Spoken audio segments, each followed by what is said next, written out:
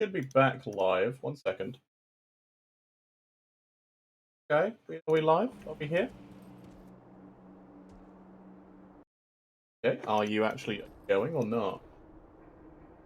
Ah, there it is. We're going. We're going again. Okay, right, we are back. Welcome, everybody. Welcome. I'm doing a very short lore stream today. Well, actually, I should probably start from the very beginning. We're going to probably go on everything. So this is my ice skater. Oh, that's where my rune armor of Ignifar is. Ah, that makes so much sense. I don't know why it's on this guy. Well, this guy's super scuffed anyway. Interesting concept, because this is a very interesting weapon. Anyway, we're going to be doing a very short lore stream today. Very short lore stream, so I'm probably going to switch over to a new character anyway. And we're just going to run through and listen to dialogue. Yeah, we're going to actually listen to dialogue. I'm going to get rid of the ice skater bit in the title. There we go. So, I'm just going to make a new character. You know, I'm actually going to untick hardcore. Okay, I'm just going to take the hardcore bit out of the title. Because I'm not fussed about doing a lore run, right? Now, the biggest question is, what is the official class of the Taken?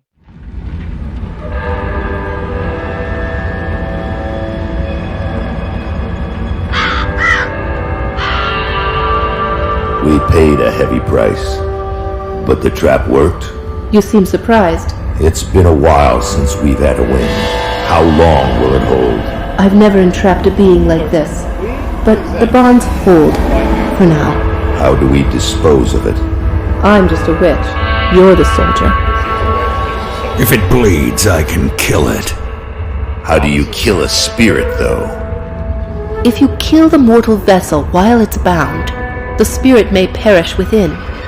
If it escapes... It's listening to us. What are you? Others of your kind name us ethereal. Why have you invaded our world? Your world. We existed first, but were managed by your corrupt gods. You're part of the golden mail, and now we return to reclaim the right should be ours. I've heard enough of this rubbish. Let's hang it. So purely based...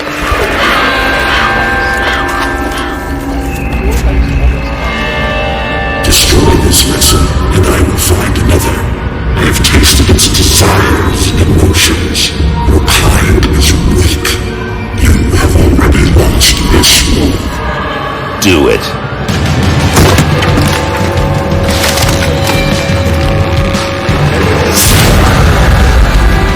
Captain! Cut him down! What? Are you mad? Better safe than sorry. The spirit has fled! This is a human now. But we are alive.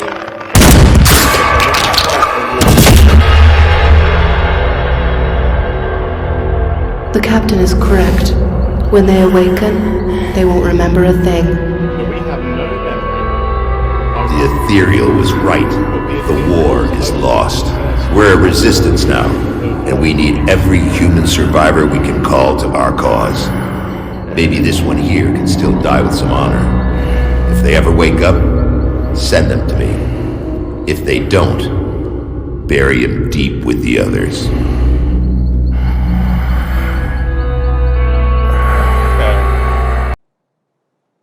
That's basically the end of the cutscene. So we wake up, we've been hanged, we've woken up, it is middle of the day. I'm going to turn on day-night cycle, actually, because that's lore-based, right? But it's actually really early in the day. Or it's really late at night. So the first thing you do when we wake up is speak to Hangman Jarvis. Which is interesting enough, right?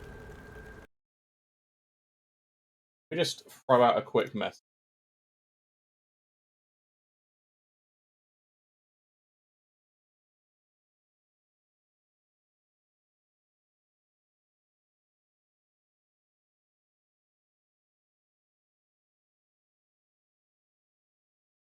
Okay, there's a slow lore stream, so that's what today's going to be. So it's definitely getting darker, so that must have happened, or at least we woke up midnight, right? So we were possessed, based on what we have with us, which is a club and a shield. I don't imagine we had those with us. I imagine we'd, like, grab them before we Still leave. drawing breath, I see. You're one lucky bastard, I'll give you that. Best go speak to Captain Bourbon right away. He seems to have a plan for you now that we've spared your life. What happened and how did I get You were here? possessed. So we strung you up. Seems the spirit fled your body before your life ran out. I'd have left you to hang, but the captain had other plans. He sees some purpose in you, and I'm not going to argue. He's, So it's up Captain the John road, Bourbon. in the courtyard. Don't make me regret cutting you down. This is part of the lore run. We're going to do a full lore run, KP.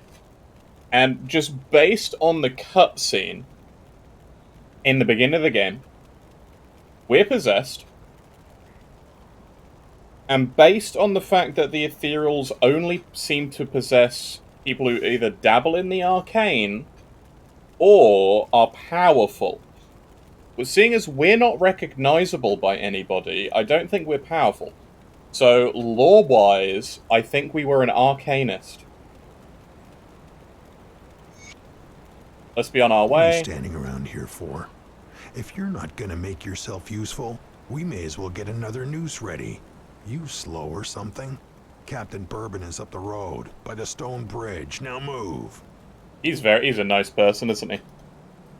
Okay, so based on that, I think we were a former arcanist. Now, we don't really look the part. I mean, we have a shirt, we have two shirts, a jacket, what looks like leather boots and pants. But then again, they might have taken our nice stuff because they captured us, right? So then John Bourbon is a You're soldier. not looking too bad for someone just come back from the brink of death. You were taken, possessed by the same creatures that have been reanimating these zombies here. Normally, I'd have burned you with the rest to be safe, but we've lost too many people to the dead. I need someone expendable. Someone with nothing to lose, but a lot to gain. Right now, you're that person. Prove your worth to me, and the survivors of Devil's Crossing may just welcome you. So I feel like we're not local whatsoever, right? Because they don't recognize us at all. The bodies of the dead are rising again in some horrible unlife. Corpses don't just get up and move around on their own. Something is reanimating our deceased with ethereal energy. So ethereal energy is the reason all the zombies are about. It's not necromancy. Just beyond town. I want you to go to the burial hill, find whatever is controlling these abominations, and destroy it. Okay. So just based on that, there is a difference between necromancy and the ethereal stuff they're doing. Because necromancy is taught by the followers of Uruburuk. Do you think Uruburuk's necromancy taps into Aether? We need to look at this. We need to look at the necromancy skills. What is the situation here? The ethereal scrambled your memories. The world has turned into a nightmare, and there are things far worse than walking corpses out there. This old prison now serves as the last human refuge in these parts. We get the occasional drifter passing through here with tales of other sanctuaries, but nothing I've been able to confirm. I don't think there's much left of our kind beyond these walls, but ruthless bandits, strange cults, and greedy salvagers eager to make a profit. You want my advice? Make yourself useful here. Your other option is to die out there. Okay, so that tells me they've been going for some time, right? It's been probably, what, a week, maybe a month after the Grim Dawn. What are the Ethereals? Nobody knows for sure. Old reports circulated by the Resistance shortly after the Grim Dawn. It said the Ethereals are not of this world. The Arcanists named them after the Aether they so cherished for their sorcery. Ethereals possess living creatures and corrupt the flesh into whatever shape they deem necessary. Suppose you can count your blessings. You were not possessed long enough to experience that. Okay, so we could have just been a random schmuck then, because it seems like most of their stuff is done to the dead, and they possess corpses, right? But clearly, we were alive because we were let down afterwards. So I feel like they only possess the living if they have like all of the living possessed that we meet are like former Arcanists, right? But that tells me we were probably like an Arcanist. The ethereal we deal with in Malmouth, who possessed us, said that we were really weak. So the likelihood is we are just straight up a weak Arcanist. Where can I find the burial hill? Actually, what else? No, that's it. That's all we can fight ask. your way through Lower Crossing. Once you've crossed the stream on the far side of town, The beaten path leading up to the burial hill. I know I'm asking a lot of you, but I'd be asking a lot of my people to welcome you with open arms too. Okay, we'll find out what's reanimating the corpses. So, what do people say then? So, we've woken up. We've got basically nothing. Need to be cleared by the captain before I let you through. You're just a salvage dealer. Oh look, it's the possessed one. I've got something that needs doing and I'll pay good to see it done.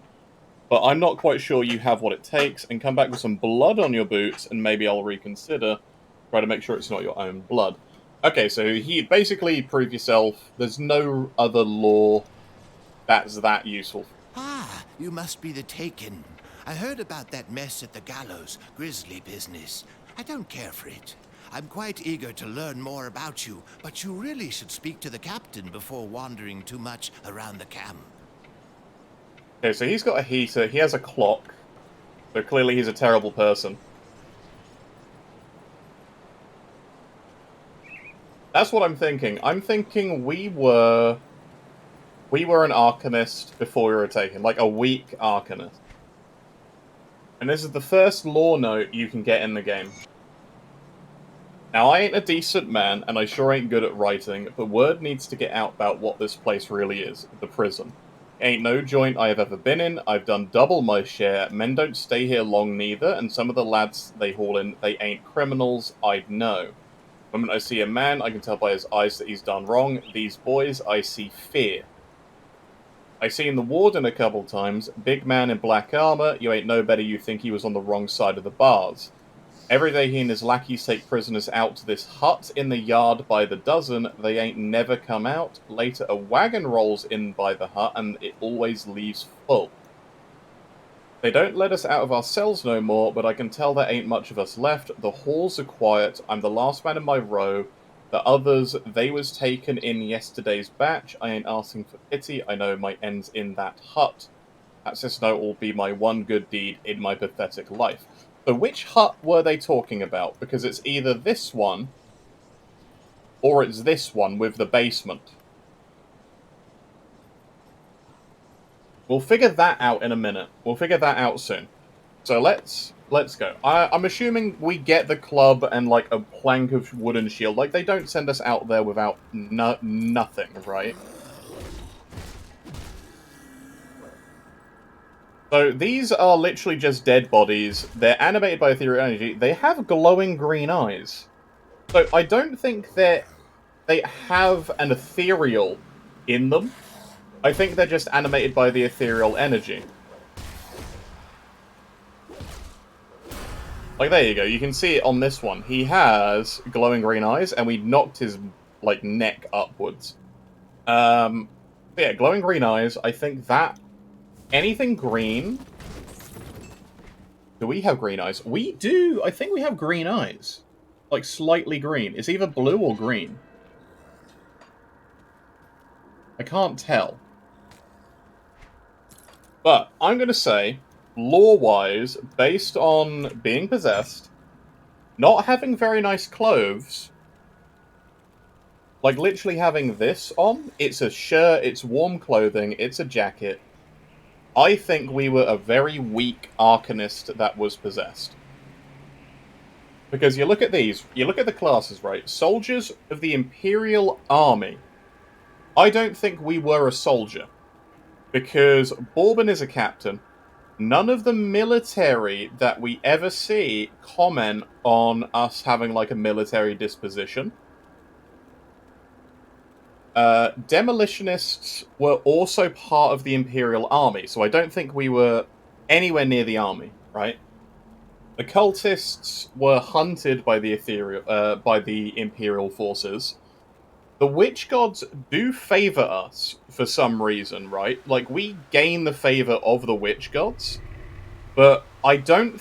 So that is potentially an argument that we were a former occultist. However, I don't think we ever see an occultist get possessed, right? I don't think we ever see an occultist get possessed. Nightblade, I don't think we would be a Nightblade, because I feel like Ulgrim would comment on that.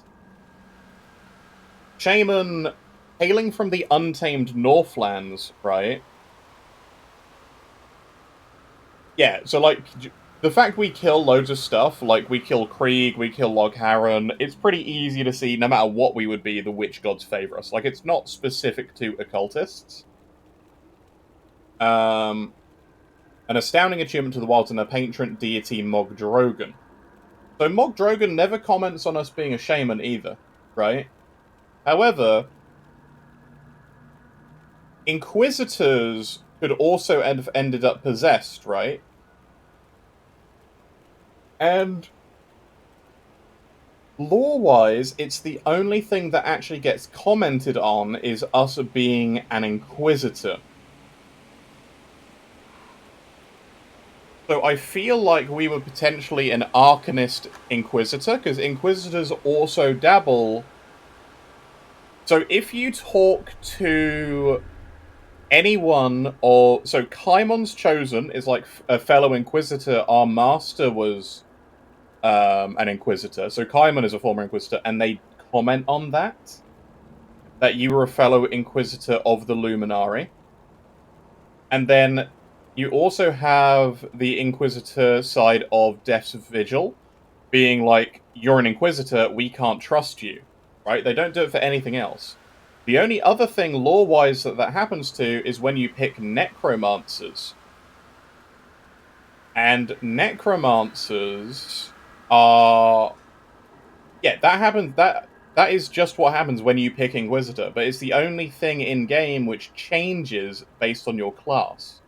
Like, Inquisitor and Necro are the only things that get comments on. And it's only commented on by the Order. And sometimes when you're an Inquisitor, you do see other bits of dialogue.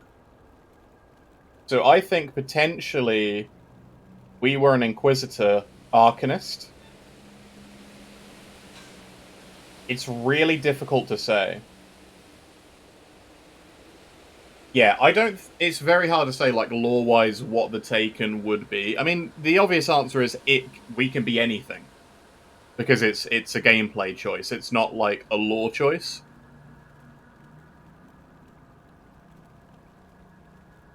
Also, I just realized the picture here of the Inquisitor are fighting in Ugdenbog. They're fighting the Wendigos in the Ugdenbog. That's interesting. The Shaman is killing Arcovian undead.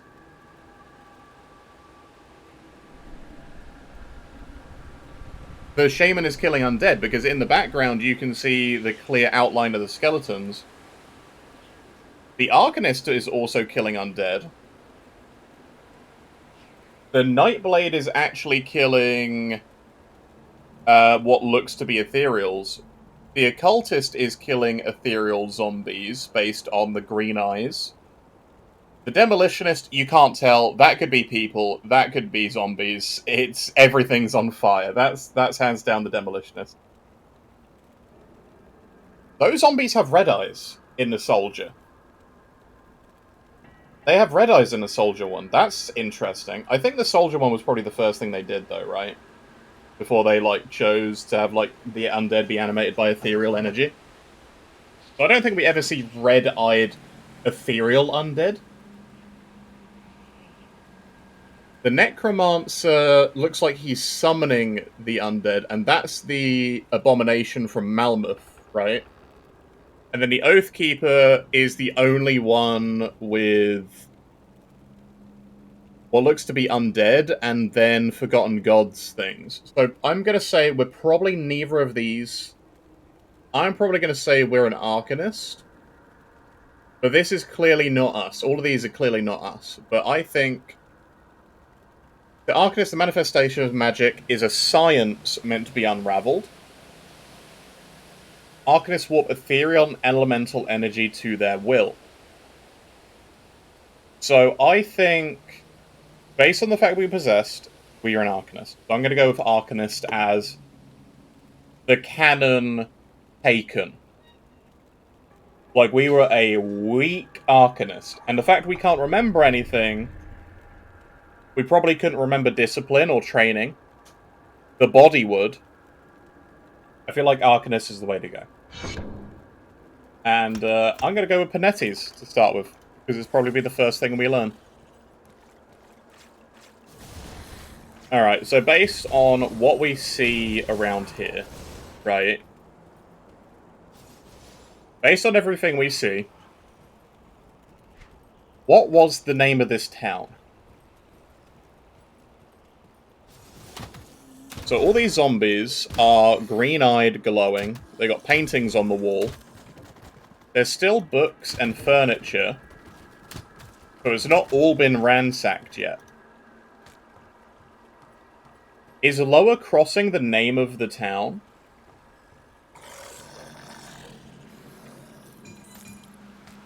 So obviously we know what happens to Francis. Francis got eaten by zombies. When you read Francis' note, he realizes he's going to die in the house. He hopes that Margaret is already dead, so it's not so bad, and that he joins her quick. If you live and return here and find the note, I'm not angry with you. I've never regretted our life together. I regret I lost my temper and spoke unkind words when we last parted. But I feel like he was divorced. I think he took his own life with the gun, because his corpse looks a little bit...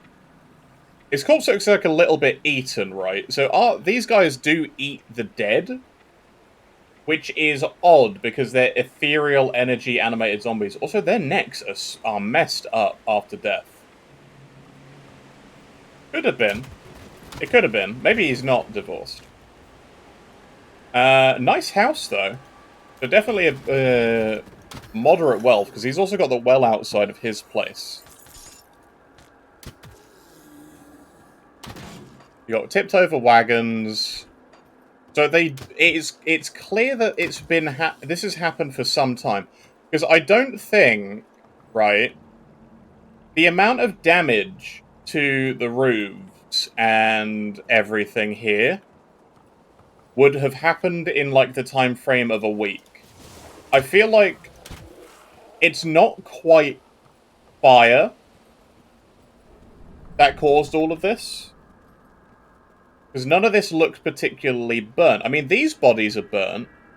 You do have bodies that are burnt here. So, in the cutscene, right, at the beginning of the game, in the background of the cutscene, I think most of this was on fire. But it's also a swamp, and it is raining quite a lot when you go through here. So, the potential that a lot of this was like fire damage, for some of these houses at least, is definitely there. People have been eaten, torn apart in their beds. Like, most of the corpses are still fresh, though, right? That's green bathwater. And you've also got, you know, the burning rubble. So I think probably some of it is fire damage. Intentional, maybe? Or accidental, it's hard to say. But I think the fire is recent. I think all of the fire damage is recent when we go through here. Just based on the dilapidation of the buildings, the fact most of it, like, either a really bad battle was fought, or there's been accidental damage. This makes it really difficult to place when the Grim Dawn is. Because, like, signs they look worn already, right? So this is the Harbour Master. We want to try and establish a time frame for the Grim Dawn. So this is softcore because we're doing a lore playthrough. I don't particularly fancy stopping to read notes and then potentially dying. And also we want to have a good look at some of the things we fight. So I don't want to have to worry or stress about fighting the bosses. So this isn't like a rush through, it's not like a build. Actually, yeah, this is a good question, right? So this is the Harbour Master. So this place has a harbour. Now, the big question is, where is the dock? The dock is up here then, right? But the Harbour Master is way further down. And this is... They don't have a lower floor. They were built upwards into a hill. But the entire building is, like, collapsed, right? There's so much damage from the roofs missing. But it's not collapsed inwards. And, like, the docks are still relatively in place, right? I feel like docks would probably crumble if this took place years after. We're definitely within a time frame of, like, a couple of months. Some of these bodies, like, you have, like, the green... They're definitely rotted some, like, no eyes, the cheeks are gone inwards, but they're not, like, in full decay. So I'm probably going to need to say sometime, just based on this evidence, I would say between 3 weeks and a month. I don't think there's a lore reason why they come out of the ground. I think that's probably just a gameplay concession. The Malmouth Ferry. Okay, there you go. So this is a dock for a ferry that goes to Malmouth.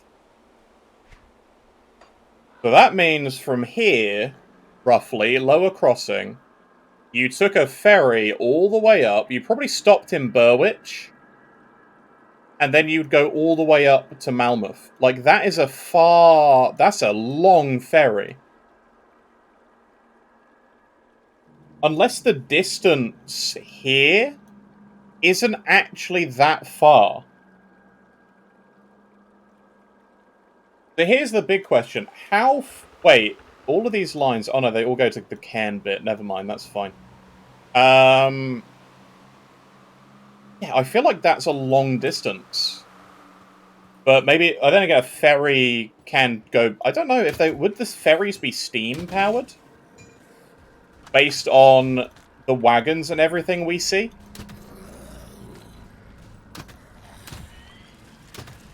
And here's the other thing, right? Some of this stuff, like the eyes and whatnot, that's just, like, animated whatever.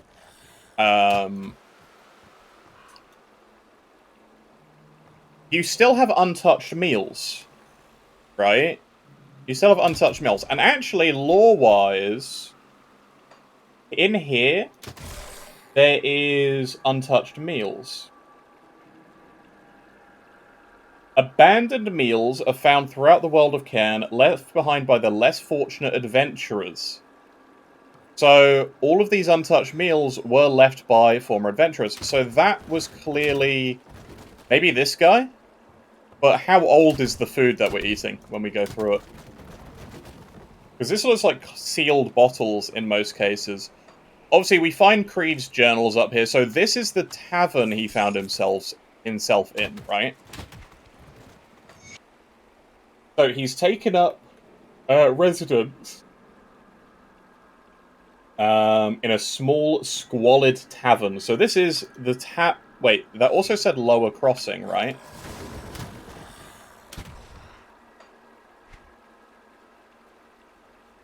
In Lower Crossing. So Lower Crossing is the name of the town. It's not like a place, it is the name of the town. And it was a public house, so it's small. Yeah, I can get it. It's quite small. It doesn't take long. And then I'm assuming this is the nice private room, and this is the dumpster fire room. And you can see the sign from this side as well. So do you think the ferry went through here? Probably not, because you have the boat. What is this? Lee's General Store. So this is the town's general store. So they have pretty much everything they need, right? They have everything they want and they need in here. And when you look... So these are probably the sick hounds that Creed was talking about. Probably brought back to life. Because when you read this... He goes to the logging camp in the Old Grove west of Devil's Crossing. Hang on. West of Devil's Crossing. That goes down. This is the Old Grove location, because that's the bridge that we rebuild. Yeah. So hang on. So this is apparently west of Devil's Crossing. So do we go north, or is Malmouth an eastern city? I mean, yeah, southwest potentially, but thinking about it, that's mostly south-based. This would be our west, this would be our north. But what do you get when you go north in countries? That is true. Our compass does do that. Does it happen when we rotate the camera? Where's lock map?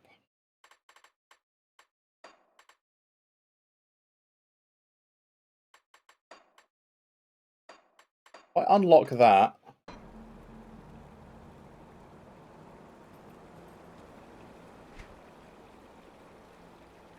So actually,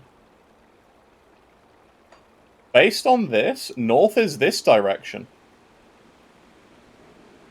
So everything is at an angle.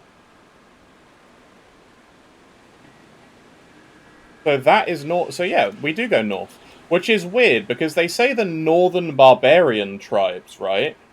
Which I would assume mountains were northern. Unless you think, like, this is the northern bit. But there's no mountainous regions this way, either. Okay. Okay. I'm gonna relock my map rotation. Because it's awful to play otherwise. I don't think there's... Is there lore on these guns? And, like, the loot weapons? So this is a general store owned by somebody called Lee. Sells canned goods. So the fact that we have cans, we have jars, we have, you know, guns... I feel like we are in, like, a setting around probably, like, what sort of technology? 1600s? 16 to 1700s? Because you still have swords, you still have horse and carriage. You think a lot of the shops are franchises? We need to check. We need capitalism. The world of Cairn. Capitalist. There you go. Also, this place is on fire. This isn't always here, though. Probably. This is interesting.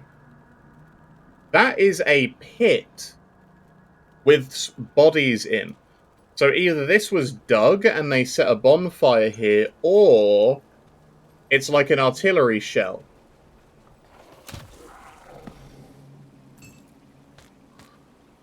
Now, in a world with magic, right? So obviously This was Ullman. This is probably Ullman's place. Dead guy. Does his axe have anything on it? No. But it's cold, so I'm going to assume whatever. Small graves. They're not too far from Burial Hill. That is true. Bourbon did say they were burning bodies. Do you think they come out... They would have to go outside of the prison to burn bodies, though, right? Like, they wouldn't burn it inside, I would assume. There's not really much lore here. You have the Path of the 3-bit, and I don't think the Path of the 3 is, like, super canonically tied to the story. But I assume, like, I don't know what Rift Scourges are. Yeah, we're not far from the prison at all. Like, we were probably captured out here. Whoever Hevel is owned this place. And you have a couple of graveyards. I'm assuming this is their, like, their local junkyard because of all the metal in the barrels. But that makes sense. They've got a general store, they've got a tavern, they've got everything else.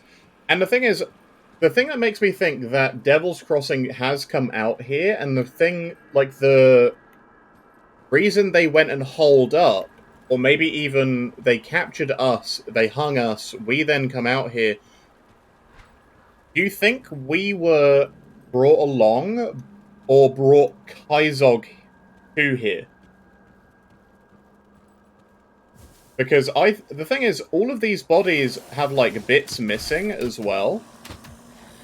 Like, this isn't going to be nice lore. Do you think it was done by Barog?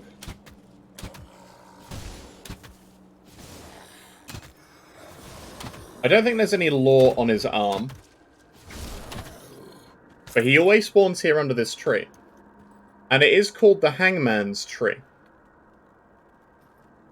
So I don't know if this was Jarvis who hung these up. Or do you think these were previous attempts at Taken? I don't think they... I think Jarvis probably did this. I think Jarvis is the reason most of these bodies are up here. It's either Jarvis or it's Barog. But we don't know anything about Barog. I'm going to count heroes which are guaranteed spawns as lore-based, as actually lore-based encounters.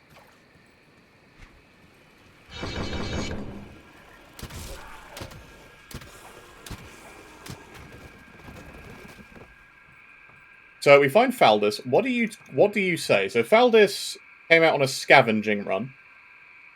I'm staying with a group of survivors down in Devil's Crossing, the old prison. Supplies started running low. He volunteered to go scavenging around Lower's Crossing, figured it was safe enough.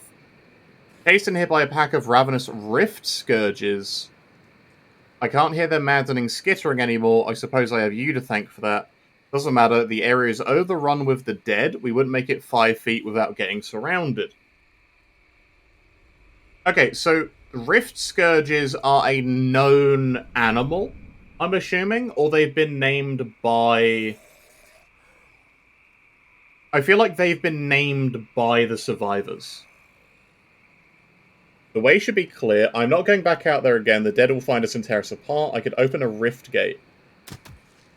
Isn't that what those things are pouring out of? Sort of, but mine will take you home.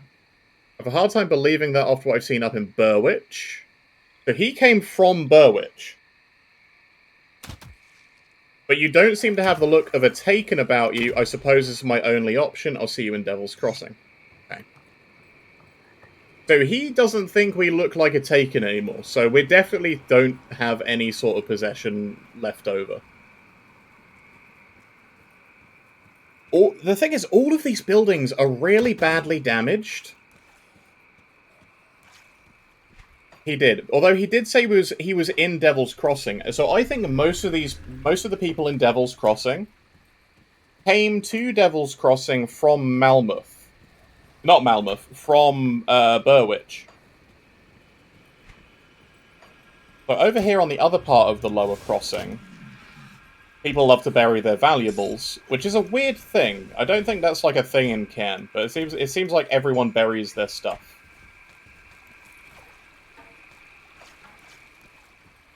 We know that items are enchanted, right? Because there are enchanting and arcane shops. Like, magic is very clearly a part of this world pre, like, Grim Dawn, right? Okay, there's nothing here. Nothing over this side. It is just a swamp-like area. So I would say this is the majority of Lower Crossing. So they've got a dock, a ferry, and it's probably the ferry that brings things in. So if we read the Harbour Master's log, autumn fogs are appearing early this year. Traffic remains unusually high. A steady flow of small craft coming down from Malmouth and other townships in the northeast. Some of the boats are barely afloat, burdened with what looks like people's every possession. Travelers, sometimes entire families, bring with them strange tales of war and the unnatural. Bunch of hogwash riling up the soft townsfolk, can't complain as long as the dock is busy. Most are westbound, trying to get as far away as they can. The lads at the dock are starting to lose their nerve. Some have talked about setting out west themselves. I've assured them it's all nonsense and will pass. Malmouth is already going on based on the time of the Harbour Master's log. I feel like Malmouth was one of the first big cities to fall, because it has at least one of the ethereal councils in. I feel like Malmouth and Port Valbury fell very early. But it's taken time for survivors to flee. Like, they've got a resistance going on, right? Yeah, this note is definitely early autumn. Like, I don't think we're in winter. I think we're probably in spring. Well, actually, no. That isn't autumn. It says the autumn fogs are appearing early this year, which means it could be late summer.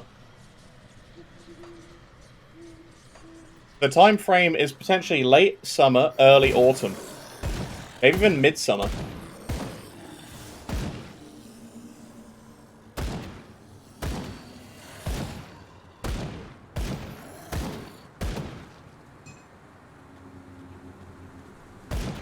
Now, Burial Hill is just weird to me, right? Because you don't ever find out why there is just a giant graveyard. Because you see no headstones be signed, right? There are no headstones. You have a couple of mausoleums and statues, which leads me to believe prisoners aren't buried here. So, do you think this... Because there's, like, a couple of very big burial sites across the game. And you then have the old dump. Yeah, they got to bury townsfolk somewhere, but you got to think, right? This is a small town. This is a really small town. Like, for such a small town, they bury a lot of people, and Burwich has its own graveyard in Hallowed Hill, which we're also going to go to.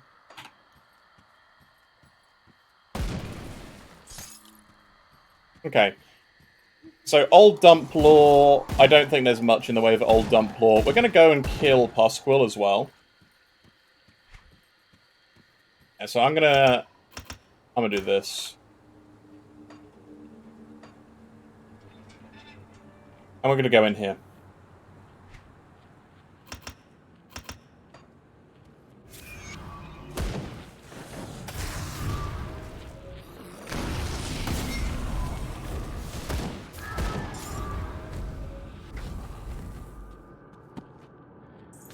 Okay, so the crystals are already in here.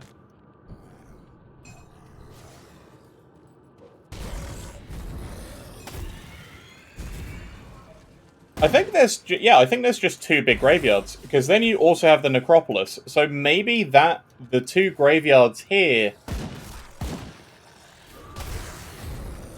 Well, the other thing is, this is called the Burial Cave. And there's 2 entrances into it, yeah? Which then does make me think... I don't have a build here, Neil. We're doing a lore playthrough. So, lore-wise, we think the Taken that we play as is, like, a prior Arcanist. Now, the obvious answer is that it's whatever you want to play. There isn't, like, a canonical build. But I feel like he's an Arcanist, or, like, an Inquisitor, or a Necromancer, because they're the most lore-based things. He's got another little head poking out. What is it with ethereals and having 2 heads? That's really weird.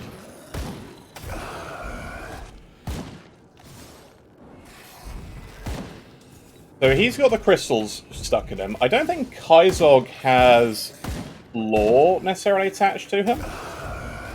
Like, I knew he had, like, a weird shoulder bump. I didn't know it was another head.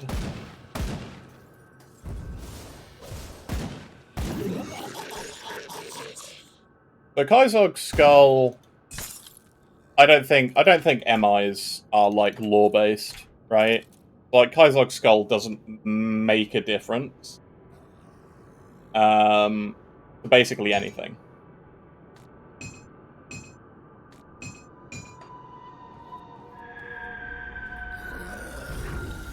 But it does make Calidor's Tempest hit like a truck early.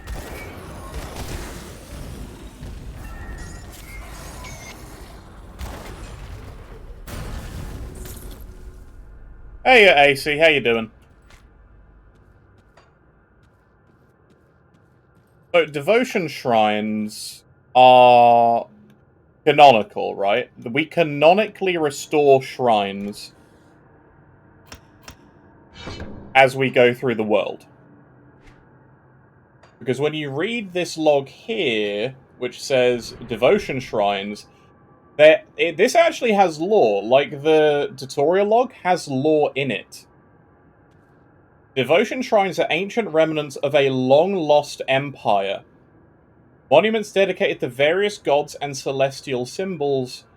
Shrines must either be cleansed by defeating a corrupting presence trapped within, or restored by placing an offering of rare crafting materials. Then it's basically lore pieces, right? So, it does say, by a long-lost empire.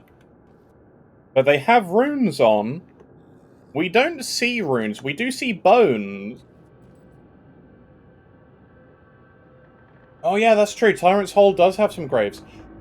These could be pre-Arcovia, but the question is, right, because when we click on the devotion window, it says, allow you to dedicate your devotion points to various deities and celestial symbols of Cairn. You'll earn affinity, which in turn allow you to access more powerful constellations. Constellations are aligned to 5 different affinities related to differing celestial aspects. There isn't much else about it. But, yeah, I think, based on the runes, I don't think it's Forgotten Gods. I don't think it's... Because this is the question, are all of these different? We need to look at another one. We need to look at a second one. So the obvious answer is go look at the Slith Cave one, right? So if we assume lore-wise, we clear through Lower Crossing by coming to the Burial Cave. Like, we take out loads of zombies. And also, here's an interesting thing, right? There's so many bones and stuff buried in the ground here. And the undead are all rising. I think the amount of undead here is because of the crystals. I think that's what we were doing as a Taken. And why we were around here.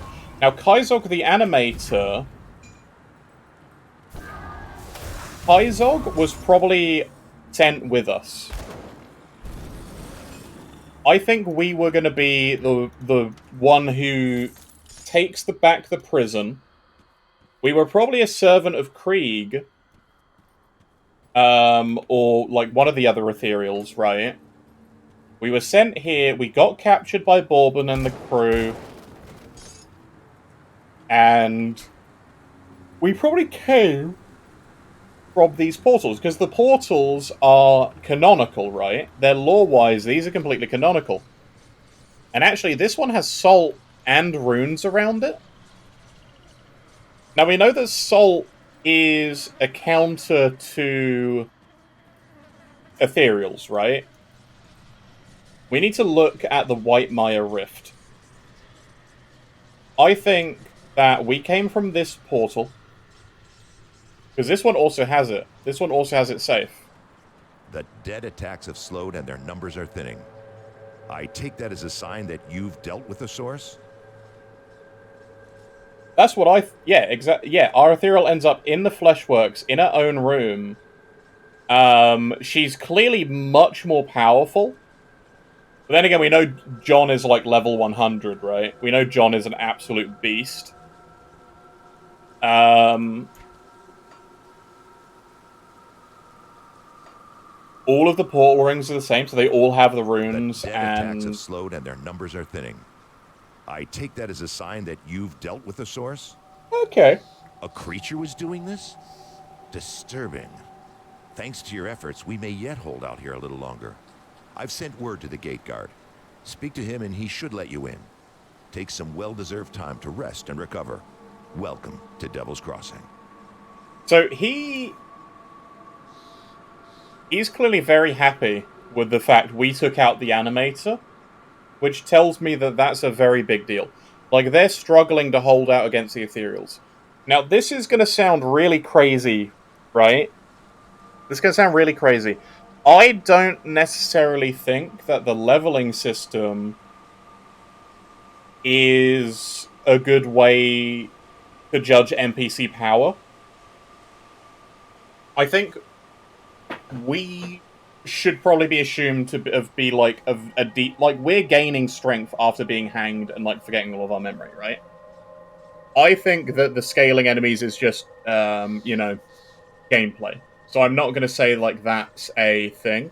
I think the only thing is we gain power and keep gaining it as a player character. Enemies are technically always the same strength. I need some time to plan our strategy. In the meantime, there are others around Devil's Crossing who could use your help. Take a moment to mingle with your fellow survivors. Kasparov, our resident scientist, is really eager to speak with you. He babbled some nonsense, but I believe he wants to talk about your connection with the ethereals. Barnabas, our handyman, said he needed help with our water pump. Okay, so Kasparov's... Speak with me in my office inside the prison. Oh, okay. Where can I Both are find them? outside the prison. Kasparov is in the house next to the giant rift gate, and Barnabas keeps his camp by the windmill on the south side. You can't miss it. So they do acknowledge the rift gates are in game, right? They are not a cop-out for us. I need some time to plan our strategy. Let me ask a few questions. He called me a taken. It's our word for those possessed by ethereals. It can be difficult to distinguish from normal humans, but you, or whatever possessed you, stumbled through the rift gate here and became trapped by Kasparov's wards. So these are Kasparov's wards. So Kasparov did it, not Sedina. As you were dangling from the gallows, we watched as the spirit left your body to die, and that's when I had Jarvis cut you down. I won't lie to you, it's not going to be easy for folks around here to get used to you, nature of the times. So Kasparov trapped us. And we came through this rift gate. We stumbled through here. So does that mean we thought that Devil's Crossing was empty? So if we came through here, we didn't report back in, that's probably when they sent the reanimator, and then the undead attacks started happening against the prison.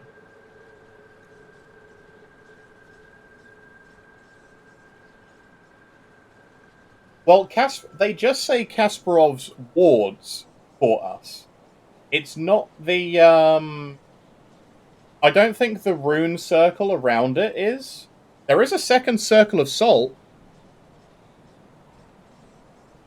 ask a few questions. What is the situation here? You gained us a small victory. Our struggle is far from over.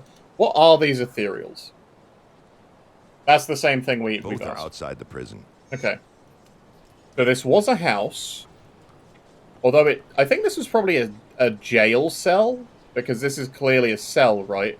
They've turned it into a house. Because these are metal bars. Welcome to my workshop. I saw you fighting the dead out in Lower Crossing, and I dare say you were absolutely brilliant. Evidently, cutting you off that noose was the best decision the captain made that day. Ah, where are my manners? I'm Kasparov, scientist and inventor.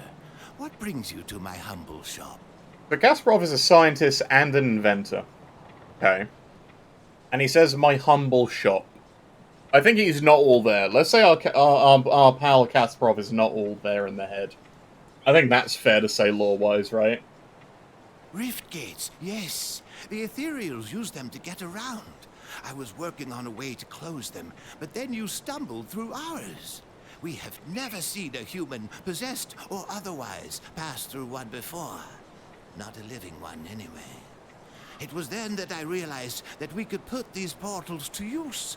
There is something about you that is attuned to the rift gates, and I intend to replicate it.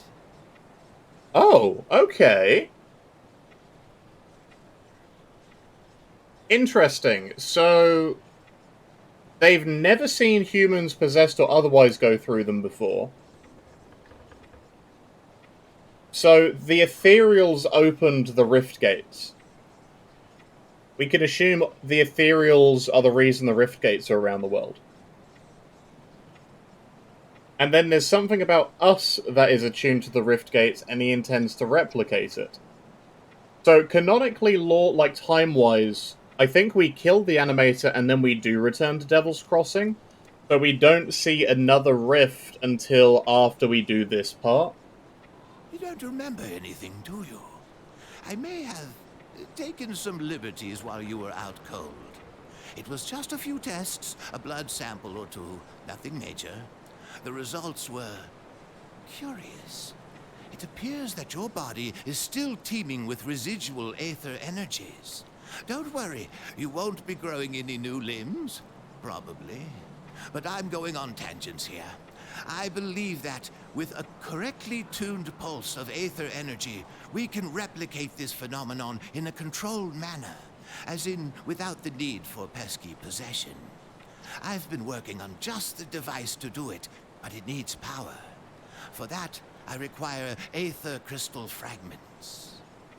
Okay, that's really interesting. So, we're teeming with ethereal, residual ethereal energy. Which does lead me to believe, canonically, we're an Arcanist, because then we can use that to our advantage.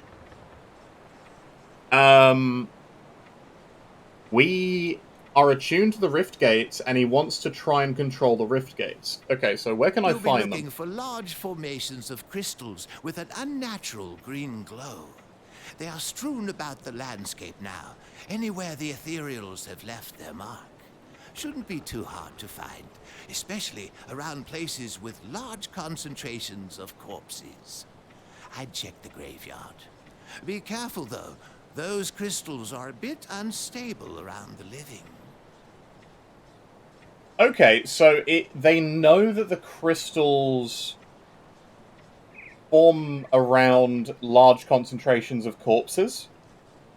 And we know that because they reanimate the dead.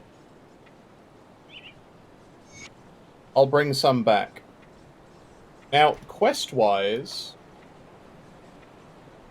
we actually do have, like, quest beats here, right? So, like, Waking to Misery, it explains it as well. So, Hangman Jarvis informed us that Captain Bourbon was responsible for sparing our life. The survivors are barely enduring. I'm imagining this is our actual journal. He believes they're coming from the caves beneath Burial Hill. A creature from the cave underneath Burial Hill is causing the dead to rise. Kill it and Devil's Crossing will get needed respite from attacks.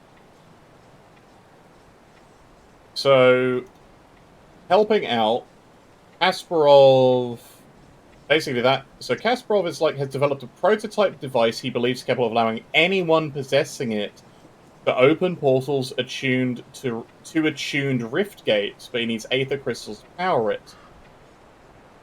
Now the question is, we can already open rifts ourselves. Do you think they were going to have it where we unlock this ability to open the rifts? Why is my L key no longer portal?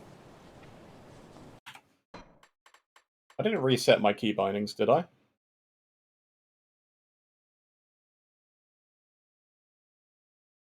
Oh, pick up is L. Yeah, I'd moved it.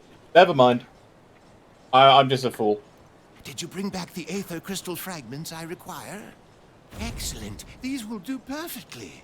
I'll just place them into my device here, and... Oh my, that's not right. Not at all. That pulse, it wasn't supposed to go off. Oh dear. 1, 2, 3... Yes, my fingers are still intact. Wait, he only counts Did it 3 reach you fingers. too? How do you feel? Oh yeah, the notes are really interesting. We're trying to piece together the actual timeline of events. That's the goal. That's the goal for today. So we say we feel stronger, and his experiment doesn't work. Very good. I'm sure a little more aether in your system won't do you the slightest harm. Okay, maybe it was a lot more.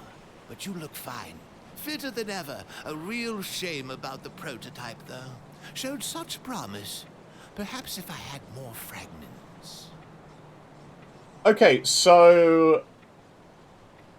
2 things, right? And this is skipping ahead of a long beat, okay? If that experiment is a failure... We've been so preoccupied with this Riftgate business that I completely forgot about my apprentice, Darlet. I sent her out to the Burwich estates to fetch parts for our research, and she's been gone entirely too long. Seems her ineptitude carries beyond just the workstation. Wow, Kasparov is a bad boss.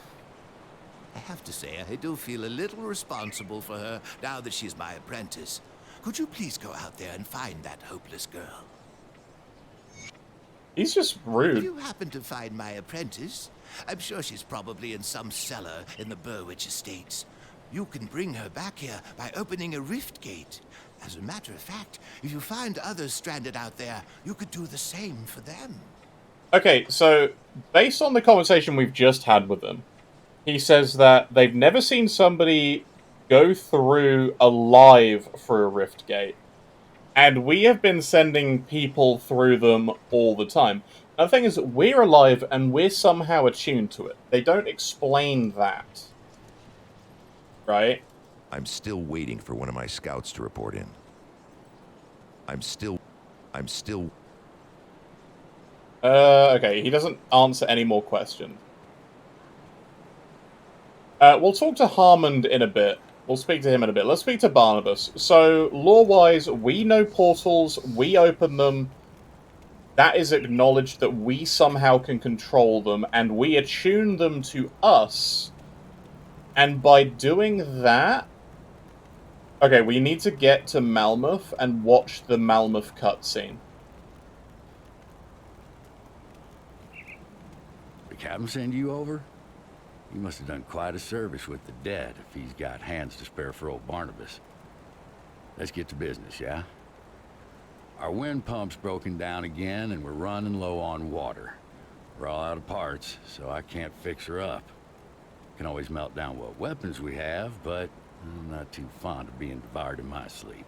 That is real I'll messed need up. scrap from Lower Crossing. Okay, why not lower a bucket into the river? Have you seen the bodies floating out there? Surface water around here is rank with disease and decay. Our only hope is the well. Now, you gonna get some scrap, or do I have to settle for sass? I like Barnabas. I've never bothered listening to him. I really like him. He seems really chill. Search the ruined houses and the old dumping grounds on the far side of Lower Crossing, past the burial hill. Smash some junk. Search the bodies of those things roaming around out there. Where you get it isn't that important to me, just that you get it soon. We're running out of drinking water. Nothing to be said about ever taking a bath again.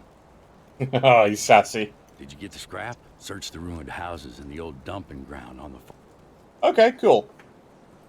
So, canonically, scrap is literally just scrap. The captain said we're good to go, thank you. That's level 7 as well. Happy days. Looking for a new you? I don't think the illusionist is lore friendly.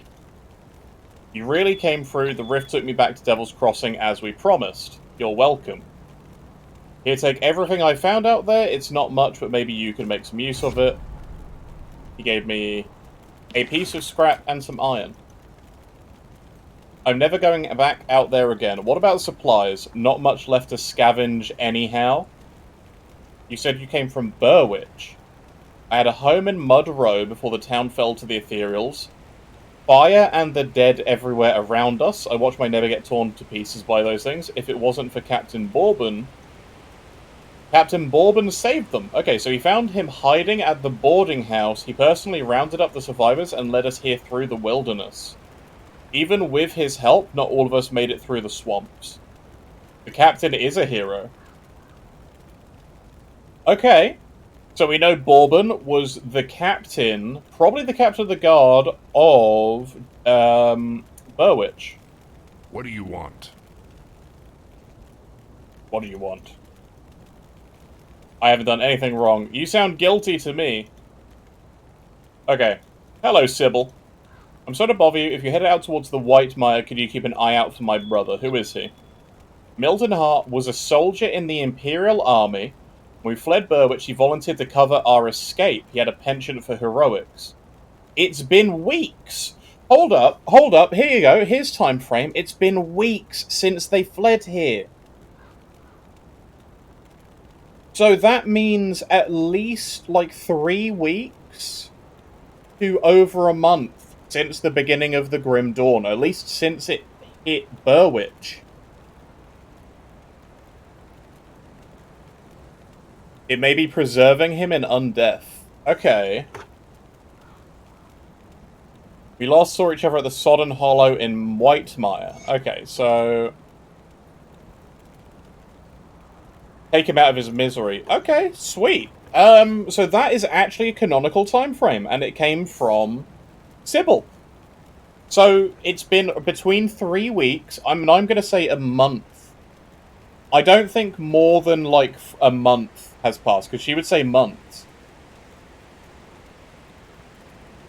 I think, right, based on the fact that this is a large city, and it's in way worse state than small towns, and then you also have the entirety of, like, the Aether Fire here that we can't go through.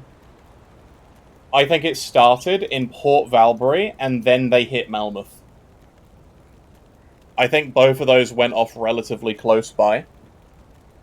And this gives a time frame of, like, a month for it to, like, have made its way down into Burwich. Now, the thing is, they were collecting corpses and prisoners and everything for years, probably, beforehand, right? Because they've had to collect and animate most of these forces, and it was like a large-scale invasion, because they had this all prepared out and planned out.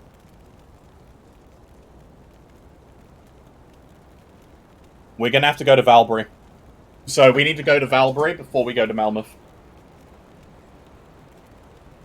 Okay, so I think, based on this, Burwich, like, we are at least a month after the Grim Dawn, when we wake up.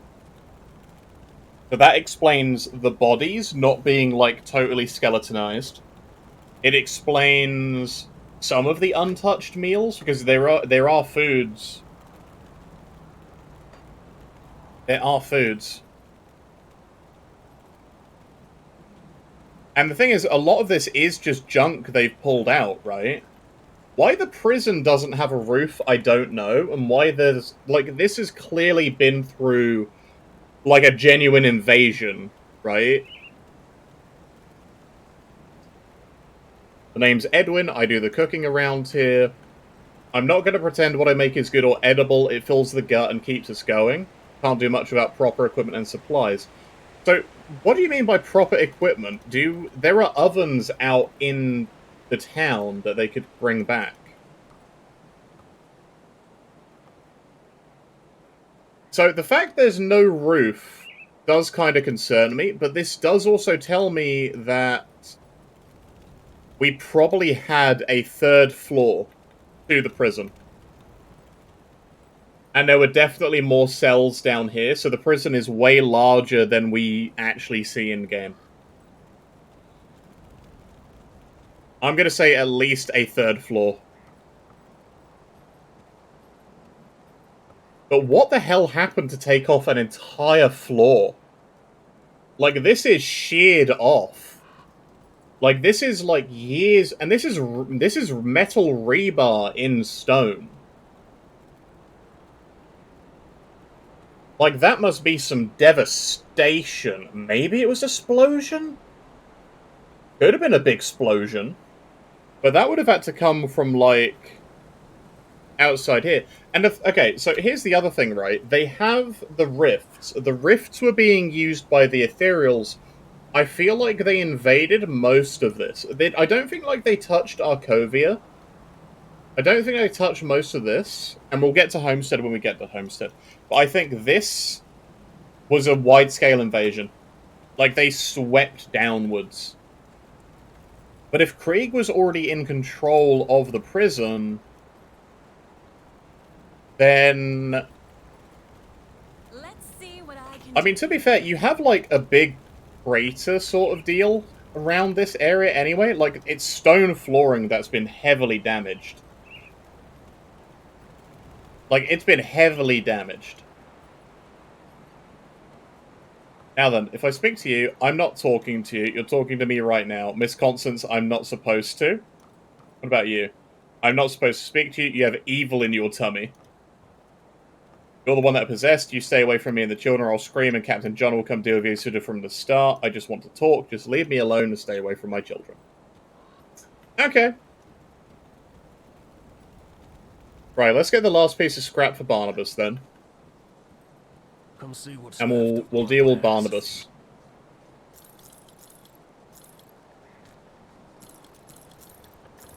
Barnabas. Canonically, we find nicer clothes as we go through, right? Put it to good use. Okay. So if I speak to you now, Did you get the scrap? will this suffice? So this then repairs that. Perfect. I'll get the wind pump up and running in no time. Devil's Crossing will have safe drinking water again, and it's all thanks to you. First glass is on me. Well, good news is, I got the water pumping again. The only problem is, it smells like a sewer. Only about a tenfold worse. Well, I haven't smelled something this rotten since I've cleared out a den of slith ages ago. They're loathsome reptiles, make their homes in swamps and dank caves. They secrete a nasty poison into the water that makes it drinkable for them, but nearly always fatal to us. I bet good iron there's a nest in that cave that fuels our pump. I'm too old for all this spelunking, so I need you to go down there and kill it. The stream picture freeze. So I'm not frozen. It's mostly that I stay still to listen to this. So he's cleared out a den of slith before. So we know that Barnabas, he's wearing metal armor too. So I think Barnabas is an old, like, dab soldier. Maybe an engineer. Now, does he have anything in the wagon? There's nothing inside the wagon. I'm surprised he's not sleeping inside the wagon, because he's got the bed mat set here. So how do we get into the cave? This key will open the cellar in the shack behind me, right by that accursed rift gate. It connects to the bowels of the prison. The bowels which of the should prison. lead you to the cave. Find the slith matriarch that's likely polluting our water supply. Wait, and the Villoff is a poison sheep? should clear out on its own. You do this, and all the Devil's Crossing will be honoring your name with Interesting. every glass. Have you cleared out the slith den? Open the cellar in the shack behind me. It connects to the Okay. So this was a shack. I really am curious as... So it's been a month. There's been clearly a ton of damage to lots of places.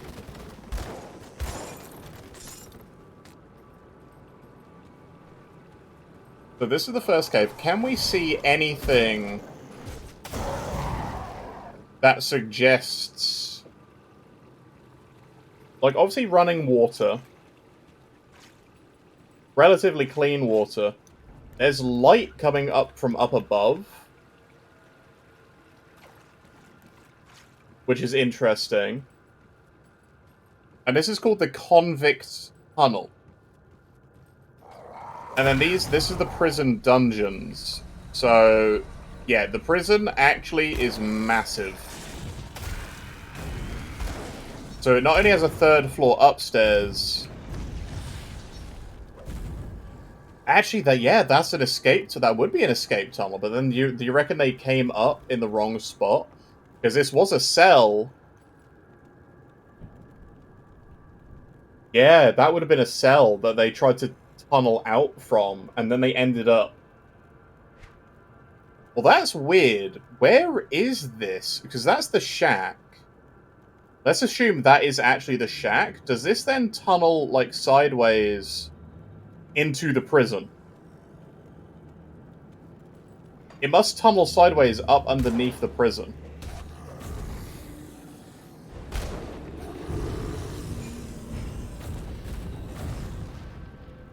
Interesting. This is a very big prison, and a lot of these are double-wide cells. This is a huge one. Absolutely massive. And there's barricades down here as well. So I'm assuming the prisoners did probably try to put up a fight.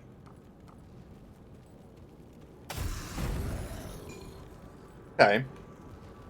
There's loads of undead. I'm going to see if I can see anything that would give away, like, what rooms were which down here.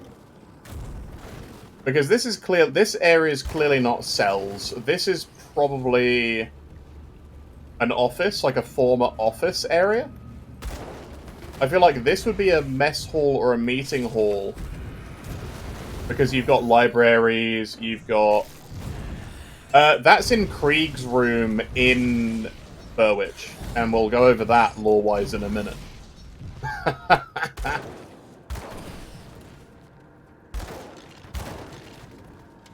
You reckon this was another former escape tunnel that they just didn't get a chance to use?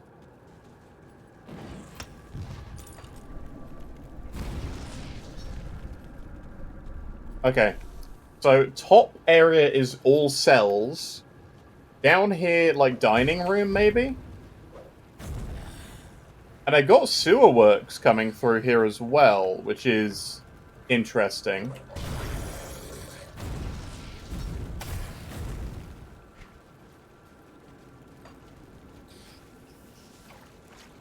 I don't imagine this place was infested with spiders before the Grim Dawn. I reckon over a month has passed, and that's why all this is webbed up and infested. But I reckon they probably did grab some of the, like, prisoners' bodies, right? That's why they're cocooned up.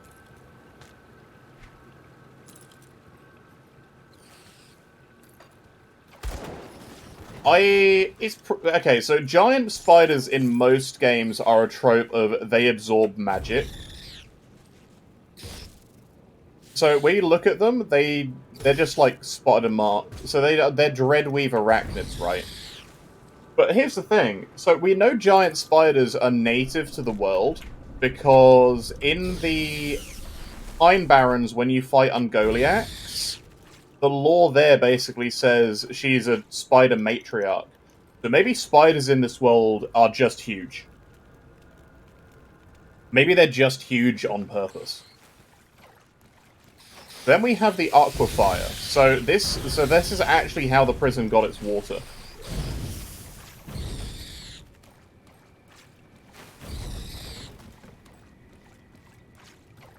So this is actually all flooded. I never noticed this whole area is, like, flooded. So that's clearly the natural spring.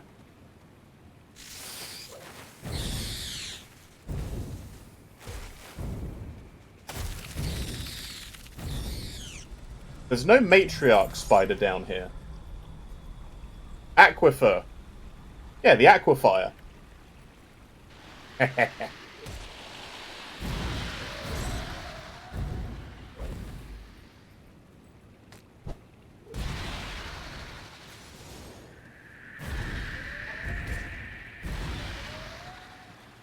Okay, so this is actually a huge cave. I see no pipeworks coming down here that they're drawing water from.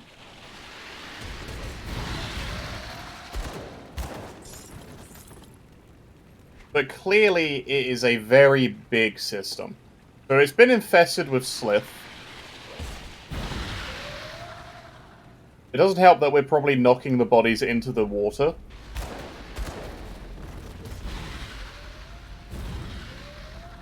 They're deep Maya warriors, so they're deep Maya slith. How do you reckon they came here? I reckon they probably just came in through the wither. Yeah, there's no Aether zombies all the way down here. Then again, we don't see that many... Like, the slith fight the zombies, right?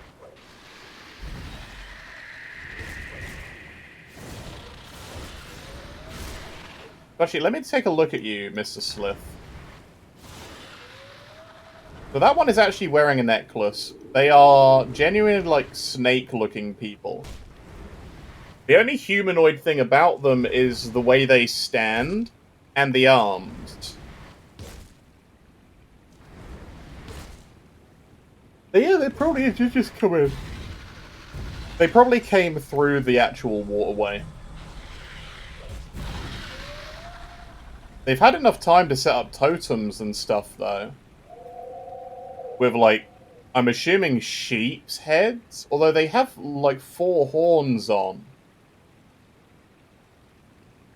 Are those Wendigo heads?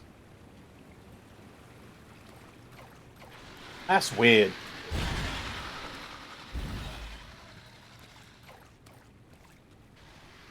So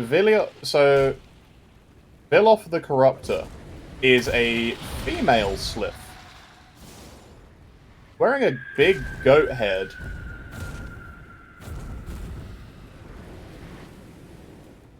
Purple, unlike the green of the normal slith.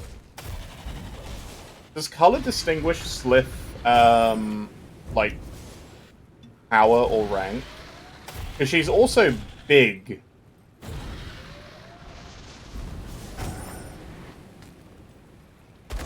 But, like, Vilof is also quite a big slith.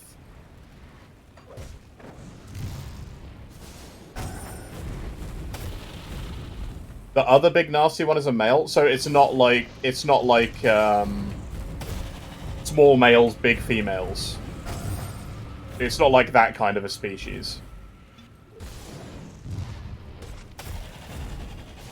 I think Ilana is green, based on like what I've remember.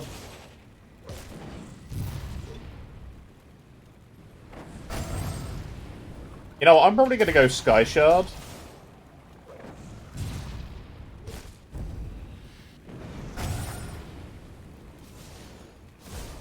His screw Panettis. So, Vilof's jewelry, a crudely fashioned piece of jewelry, strange as Slith would use such a thing. So it's weird that Slith wear jewelry, but they also wear necklaces.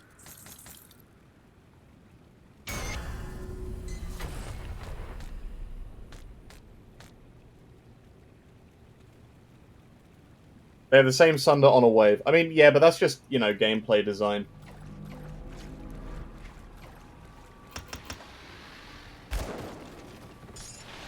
Okay, I don't think we're going to find any lore about why the Slith were down here. Oh, actually, hang on. Let's check this quick. Does this have a reason why there would be totems? Welcome to Grim Dawn. Weapon comparison, untouched meals. They have a page for Sunder now too, by the way, which says applied by certain telegraphed boss attacks. They just like it wet, probably. Smuggler window. Smuggler window? Oh yeah, that's the stash transfer. Now, where is nullification? Okay.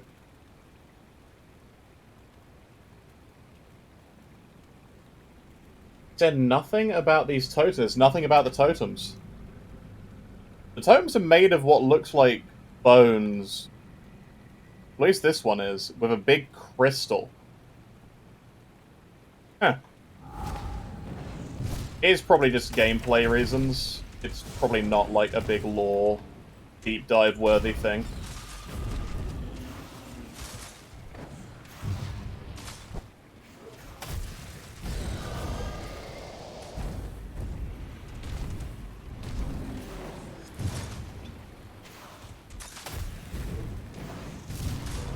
I am probably going to do this as an Inquisitor.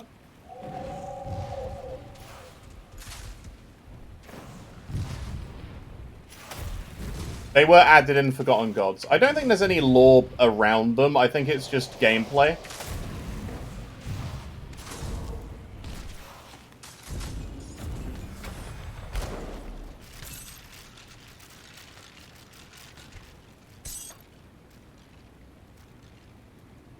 I think it is all just gameplay. Okay. I think that's everything we're going to get from down here anyway, lore-wise, is Slith came through the waterway. It's the early quest to, like, go clear them out, right? It's not super deep. Not super, like, lawful. The fact the water is green, though, is kind of grim. I gotta admit. Good luck clearing out those sliths. People are starting to beg me for water. I don't know how many more times I can say it'll melt your guts before they just rush me and take it. It'll melt your guts. Not only will it kill you, it'll melt your guts. Slith poison is nasty. Well done. Once I pump out the remaining poison water, the spring should be clean enough for drinking. I'll make sure to let people here know how much help you've been. They'll be grateful that they can get a drink without dissolving their intestines. One more thing. Take my rucksack. Useful for hauling back scrap or whatever else you come across. I'm too old for that stuff now. So he actually gives us a rucksack. That's the second bag slot. It's a rucksack. Cool. Bag lore, everybody. Glad to be of help. Thanks for all your help. At least we can get a decent drink, even if that drink ain't a finger of whiskey. He sounds upset it's not whiskey. Okay, what does Kasparov have to say now? Is it just the same thing about the... Yeah, same thing about the apprentice. Okay. So we speak to Harmond, right? You need better equipment than that. You'll likely never see this again in the world. Something for nothing. Take iron coin off my hands. I don't need it no more. They killed my Annabelle back when the village was first overrun. Ain't nothing gonna bring her back, and if it tries, I'll put a bullet through its skull. I got nothing left but revenge, and I pay good iron to those willing to put down those abominations. Take Pharos, Gilius, and Negan used to all be good men, defenders of the Empire, and now nothing more than shambling fiends stalking the swamplands. Slaughter them. Put them in the dirt like they ought to be, and I'll give you some more iron from my stash. Okay. Come see what's left of my wares. So, he's angry. He's angry and... Yeah. So, everyone here is Eriolan Empire. This was the Eriolan Empire. See you around. Hands down, there is no question about that. See anything you like?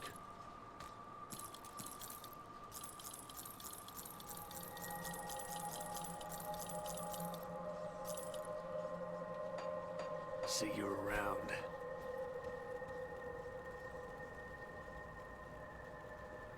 All of these have little lore text flavors. I don't think anything here is... Oh, actually, hang on. Mutagenic ichor. Discharge from the creatures of Cain infected with otherworldly energies. otherworldly energies, which means ethereal or eldritch. Polished gems, bubbling with the rage that once fueled it, plating from armor that's seen better days, and an everlasting ember from a burnt-down home. Interesting. John. Good, you're back. I've heard good things from both Kasparov and Barnabas. You're a real asset to this community. I reckon one day we go out, we kill, we rest, then we help Barnabas and Kasparov the second day. So I'm going to say 2 days for the beginning of Grim Dawn. Like, time-wise, right? One of my scouts came back with news making our like next maybe move clear. it's one The day. dead are heavily concentrated in Burwich Village to the north, past the swamps of Whitemire. There must be a reason why. Perhaps the ethereal behind these attacks is there. We can't know for sure without investigating deeper. But they know the dead are concentrated in Burwich. You've proven yourself quite resourceful thus far. Hey, hey, Colonel. Rift gates for human use could be a turning point. Don't bother tracking the day-night With all the cycle activity because it's around based Burwich, on how long there's bound to we be a rift actually gate. take, rather If you can than capture it, that will give where us you a move. solid foothold in the area. No, it's not a zoom-in challenge. This is the Lorestream, Colonel. So far, we've established the actual time frame of when we wake up from when the Grim Dawn happens. And it's between 3 weeks to, like, a month.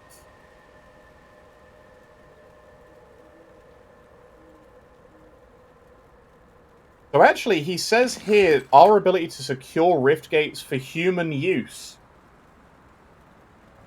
So there you go. We do actually allow other people to use the rift gates, which we secure. We are securing the rift gates as we go through. It is confirmed by John.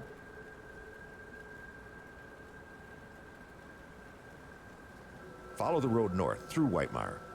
Though in the current state of things, you will likely have to leave the road behind well before you reach the village. Keep pressing north, and you will eventually reach the outskirts of Burwich. It's surrounded by a palisade wall, so you will have to find a way inside. Once you've secured the rift gate, return to Devil's Crossing. Return to Devil's Crossing. Okay. Sure. Okay, so actually, funny enough, this lady, Sybil, gives us the time frame. She says it's been weeks since Milton was out there. So actually, it was weeks since the survivors fled from Burwich. They've been here for about probably 3 weeks.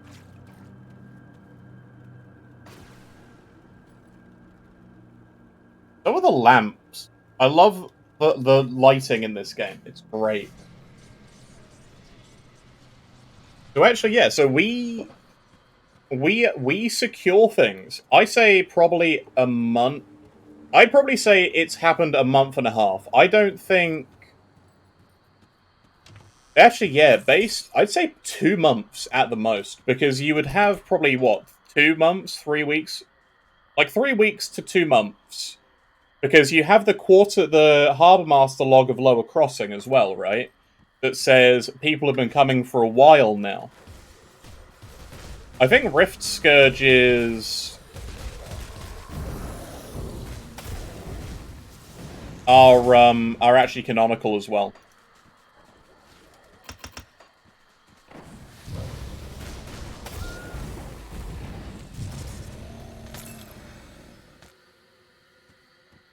Yeah, Valbury and Malmouth. I reckon they both fell, and then people started fleeing. I wonder if we can get any lore out of Pasquale's lair. Probably not. Now, I do know there is lore... not over here. I mean, you got, like, a lot of these stone altar places, which I assume are just out here in the wilderness. Like, we're in swamp. As soon as we leave this road, we are in weird swampland territory, right?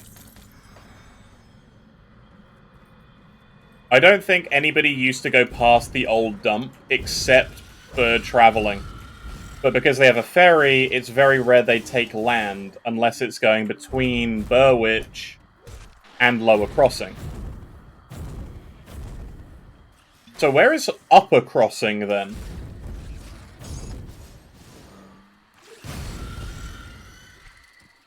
there's your question. Where is Upper Crossing?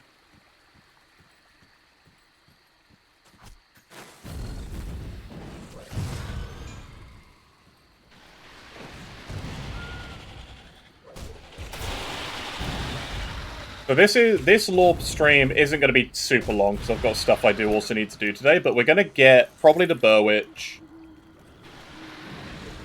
See, the Slith have pots and cauldrons, so they must eat cooked meals, right? They don't eat raw. I don't want to know what these Slith dens are. Maybe we'll speak to some of the people around and we'll find out what Slith dens actually are. A little bit creepy, gotta admit.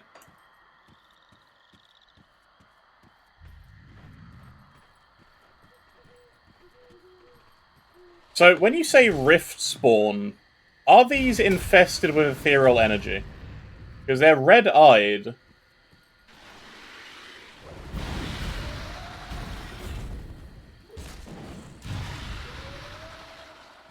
Oh, actually, yeah, that could... The Upper Crossing could be around here. That's a fair point, because that's, like, completely taken over by the ethereal bits and pieces, right?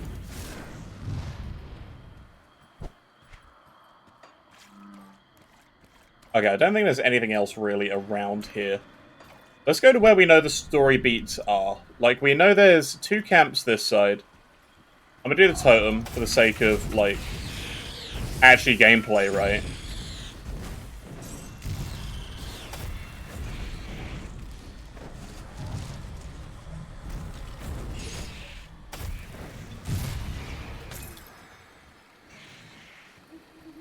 Oh, there's still one alive? How dare you? Molten Walkers, I'll take that. We're doing fire damage. Okay. So that's all broken, that's all shattered. There are also Blood Cult people. They have a note in downstairs in the Blood Cult bit, so we are going to go there. So Slither Necklace. This corpse, one of these corpses, has... So he has a name. He's got Gavlin's Crossbow. Which, you know, ain't great, but it's another thing. So that's another lore piece. So he has a name. Name's a lore.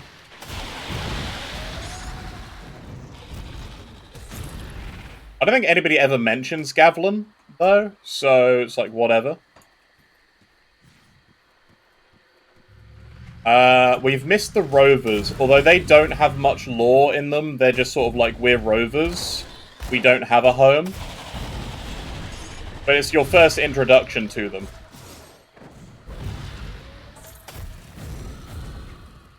I mean the captured ones, not the hill with the slith.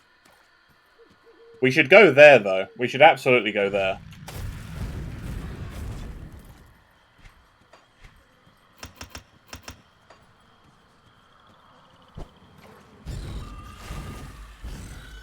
Actually, because I know this is the next area...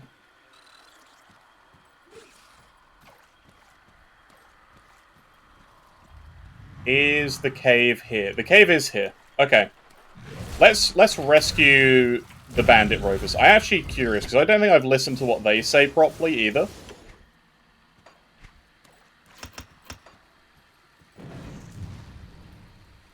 So we're probably going to be a Trojan Skyshard build.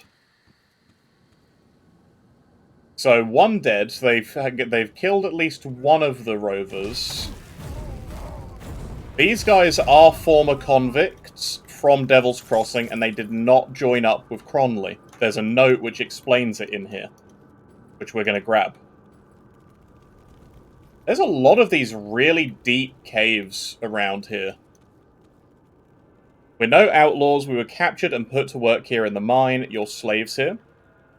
It would seem nothing is worse to a rover than being confined. We're part of a rover band that set up camp in a secluded part of Whitemire, hoping to avoid trouble. The trouble found us anyway. They captured 4 of us, but young Larkin and 2 other men who were already here died from overwork. They just left their bodies down here with us. So those 2? 3. No, we killed that guy. He flew off the cliff. And probably the one near the door. Rovers follow the path of peace, but I can't help thinking the world is a better place since you sent those outlaws to meet their judgment. If we say I can get you to Devil's Crossing, they say a rift gate. Curious. I thank you for your kind offer, but we should return to our people out in the swamps. That is our path. And then, I killed the bandits, you're free to go. We will spread word of your deeds. Should you ever find yourself in the company of the Rovers, you'll always find a place by our fire. So, they don't really say much other than Rovers value freedom.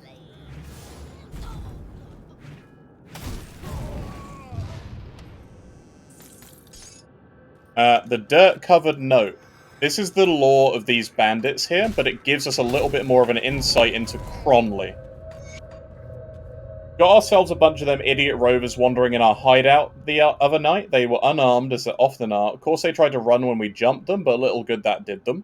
We have ourselves a few slaves digging in the mine. We can't eat coal, though, and our food supplies are running out. The rovers barely had a few scraps between them. With the Burwich Bridge destroyed, we're stuck in this swamp. I'm beginning to wonder if we made a mistake by not following Cronley's gang to the west. May not be much pickings in the wilderness on that side of Devil's Crossing, but at least they had numbers. Could probably hunt down a decent-sized boar between the lot of them. Out here, we've got nothing but Slith and the dead. So they were definitely from Devil's Crossing. They escaped during the big breakout. Actually, there's a question. The breakout. We need to figure out the breakout lore. Cronley was a prisoner. He was like the head prisoner. He was like the boss prisoner, right?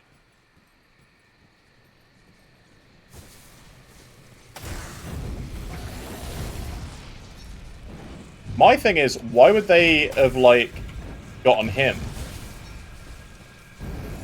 Or do you reckon he infected himself?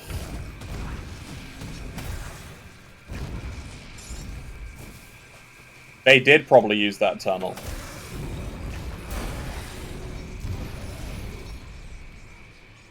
Okay.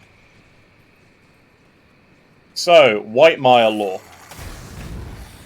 People are camping out here, they are having a bad time, they're getting eaten by the undead. There are lots of humans still alive, and they keep getting themselves eaten. How many Slith? I have 3 Slith necklaces. Carried by Slith shamans for only they know what. You're the first to find us in a long while. What do you have to tell? The material world you see around you is not the limit to our reality, nor is this the only realm of existence. Our folks often tell of travelers who found hidden paths to slip through the veil between realities and pass into other realms of existence. Those who have returned tell of fantastic worlds vastly different from our own. The coming of the Ethereals is proof of that, and the rifts they use to cheat distance and time travel instantly from place to place are wounds in the veil of reality. We rovers have seen many things, not ethereal, pass through their rifts to enter our world. Even if we could drive them out, would these wounds ever heal?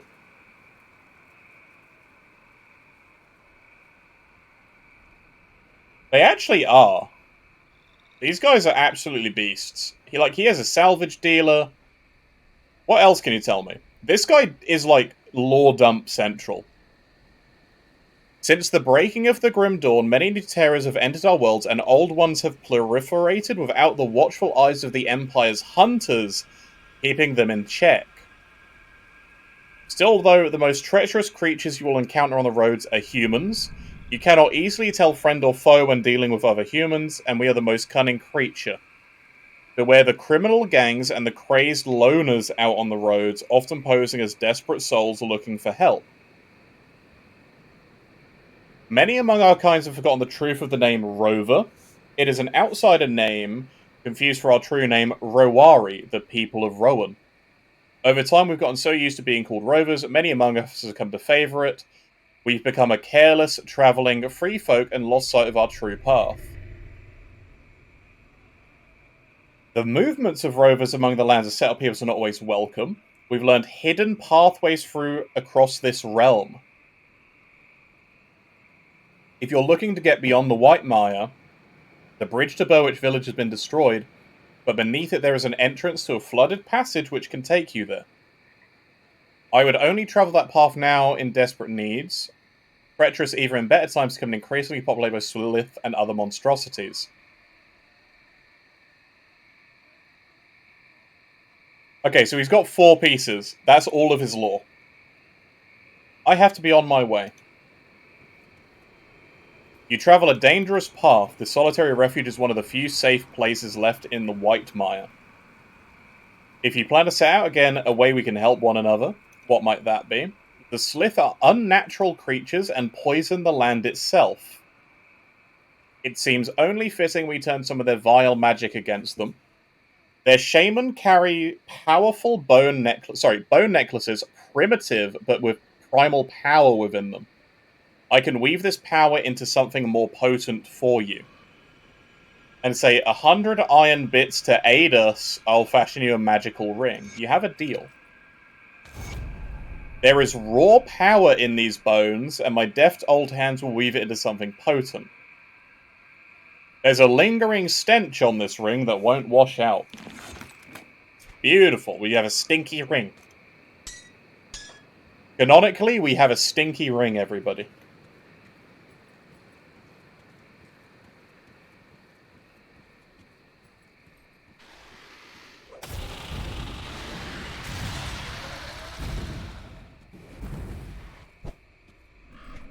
Okay. We're going to take it slow. We're doing Act 1 slowly.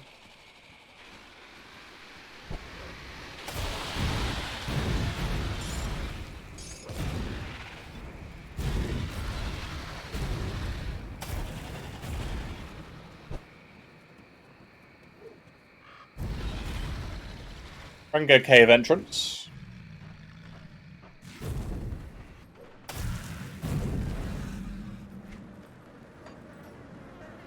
We're gonna go...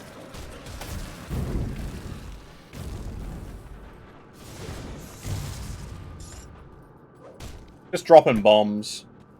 I don't think there's any, like, lore thing for this area other than it has a devotion shrine in, so... there's nothing hidden here. There's a load of bodies. But there's also loads of the hounds, so I'd imagine they're just dragged in here by the hounds. There is a campfire.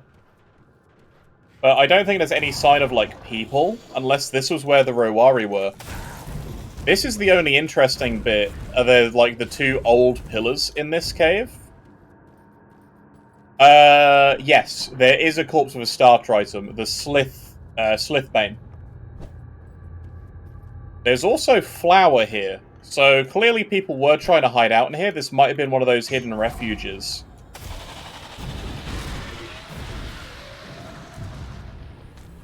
Yeah, but we don't see any sign of Grobel. I think it's probably more... like, the Slith use this side. They are clearly dragging people down here. So maybe the Slith invaded.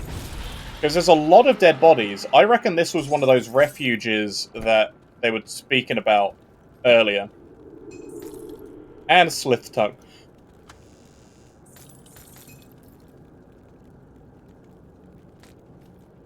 I think this was definitely one of those refuges, and then the Slith... Grobel attacks are on the rise. 100% they're on the rise, guys. Watch out for Grobels.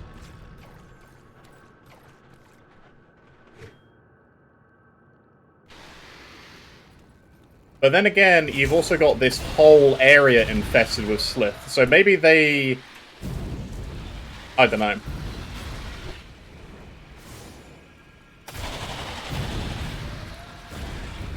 It really depends, because these guys have been proliferating something fierce.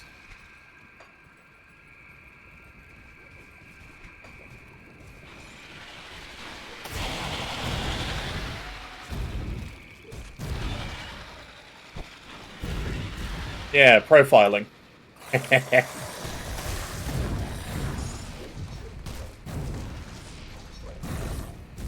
Your Arcanist run, anybody? Hold up. That didn't have salt around it before I approached it. Or at least it didn't look like it. Also, the first cultists. Huh.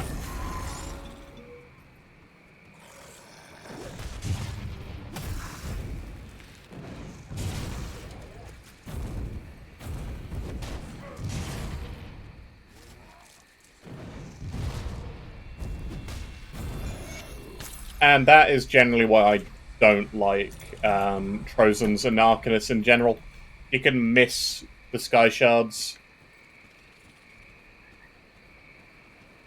We'll slow down before we reach the next portal.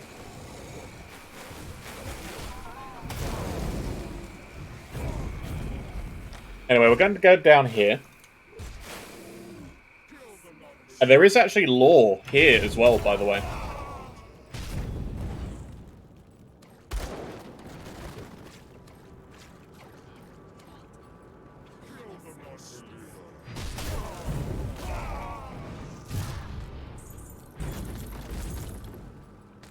The White Mire Bloodhound. Let me... Yeah, so, big torture moment. Is he missing an arm? No, he's not missing an arm. That's somebody else's arm. The rescue arrives. He basically just... he doesn't really have much here. He just says he hid his valuables. And that's about it. Because we fought our way to him. He's like, hey, I'm dying. Take my stuff. It's buried in, like, a tree stump. Right, the White Mire Bloodhound. So they call... The Cult of Chthon calls its high-ranking members Bloodhounds, whoever's leading them. The time has come to strike at our ethereal nemesis in White Mire. Even as we gather our forces in the hill above Burwich for an assault in the village, we must also secure White Mire so there are no enemies at our backs. Though strong and loyal and ready to die in the name of Chthon, I believe you have insufficient bloodbound to overcome the ethereal presence. We have great success recently in bringing forth more powerful servants of Chthon from the void. A single Harbinger could wipe out all of the ethereals in White Mire and even take on Devil's Crossing, which could serve as a stronghold for our order in this region. To bring forth a Harbinger, you need the blood and lives of at least 3 men. Gather the sacrifices, however you see fit, either from refugees on the road, rover camps, or chosen amongst your own bloodbound.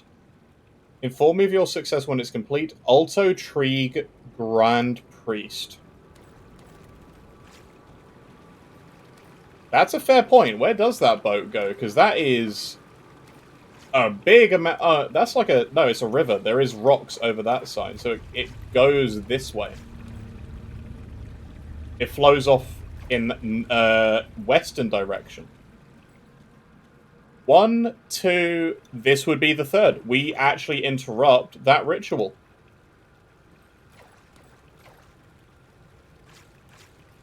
So actually, we stop the ritual that would have otherwise brought forth a Harbinger.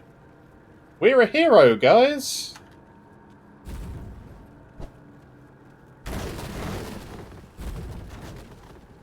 Four if you count the body of the person here, I guess. I think it is the same runic circle. But I think that's just, I don't want to say laziness, but, you know, game design. Ooh, lots of damage.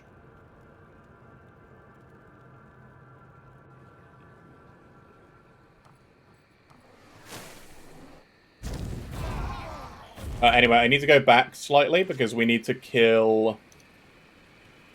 We never killed Negan. No, we did kill Negan. We need to kill Faris and Milton.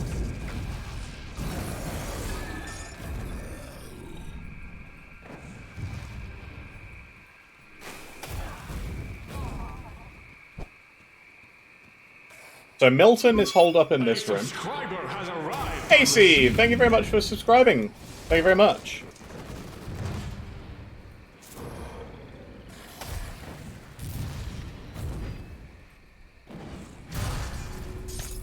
And there goes Milton. A notch on the helm for every taken he's killed. Specifically every taken. So he You can actually count the notches. We equip it. He's got 6, because he's got 1 there, and he's got 5 there. So he's killed 6 taken. Heart's amulet. To my dear brother, may this amulet keep you strong in battle. And the note. This is heartbreaking.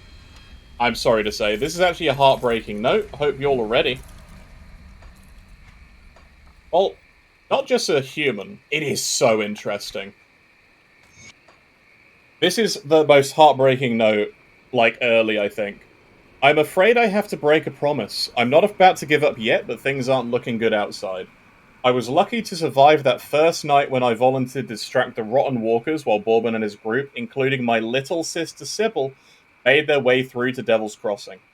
I believe in Bourbon, and if anyone can get those people through, it's him. Before they left, I looked Bourbon in the eye and told him to keep her safe. He put his arm on my shoulder and spoke in that calm, reassuring tone of his. He told me he would do everything he can, but I had to promise him something too, that I would do my damn best to get out of this alive. I've sure got myself into a fine fix. I've diverted them walkers all right, but now I'm hemmed in. I've been hiding in a group of old dilapidated shacks and keep changing positions whenever the dead get too close. I can't find a way forward through, and I'm running out of daylight. The walkers seem stupid generally, but I think they dug out the riverbanks last night, allowing the water to wash the road out. It's almost as though something is directing them. I'm not done yet, and I have no intention of dying in this rotting shack. I'm going to try and break free, and will go out fighting if I have to. If the worst comes to pass, and you'll find this note on my cold corpse, let my sister Sybil know what's come to pass, and tell her to be brave. I only hope she made it to Devil's Crossing. My man was a hero. Milton went out diverting the undead away from the survivors who are making it from Burwich to Devil's Crossing. John led them there. Milton's sacrifice let them make it. And he went out, let's assume he went out fighting. His helmet is pretty sick.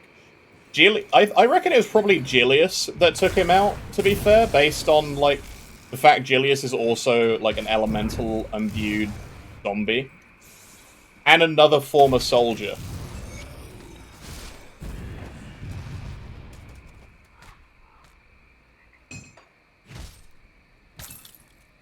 You also get Carvor's Conjuring Bone here, which gives you the Reckless Guardian.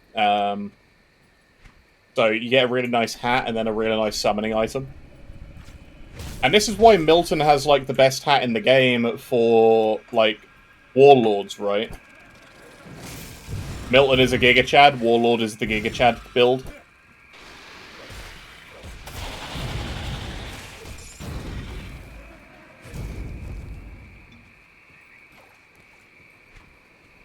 We're gonna kill Pharos. Oh no, we never killed Pharos. We'll have to go back to kill Pharos. We're gonna go get Oscar's shoulders. And then that is actually every single item that you can get for free. Burwich.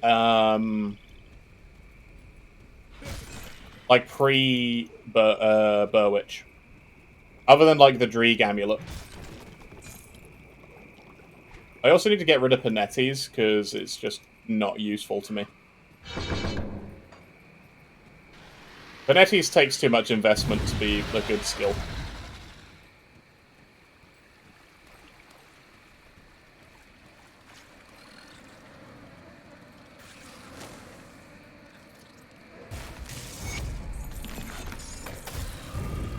Tempest Isaac's shoulders. Tempest is great. And Arcane Law. Ooh, just straight elemental damage. I think our current one is still better. So, next thing to do, we're going to go up, we're going to find the merchant. We need to kill everything around the merchant and actually speak to him, because I think he has got lore.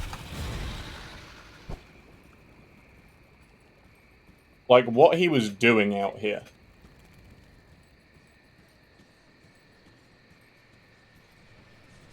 Also, loads of coffins around the bank rift. Is it interesting? So this is Luther's wagon. He's working for Harold's sons.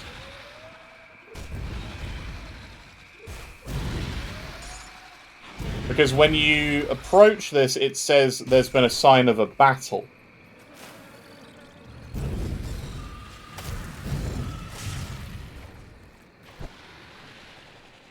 Cool, so we found him here. A prisoner calls for help.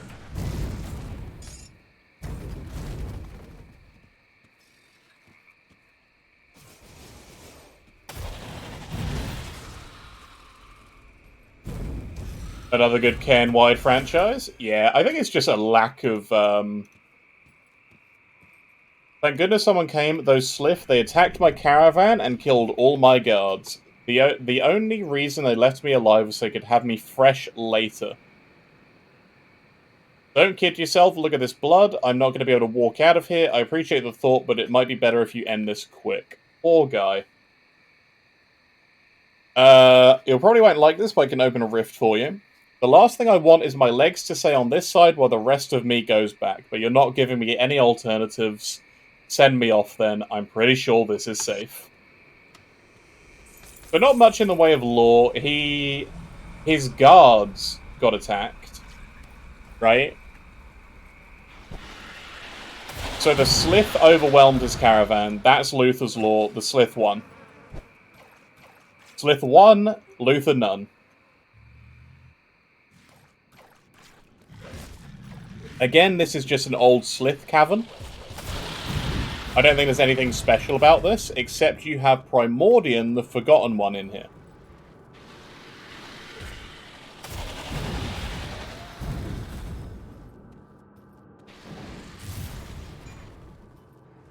Who is generally quite a nasty Slith. But, like, looking at them, they have, like, fur, they've got an interesting-looking headpiece. They look old and gnarly. They're also a dark purple.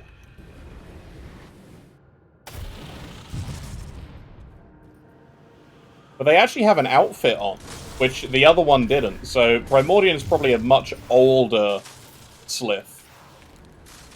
Maybe one of the first ones before, like, after Elena. What I think. But they've probably been here for a while.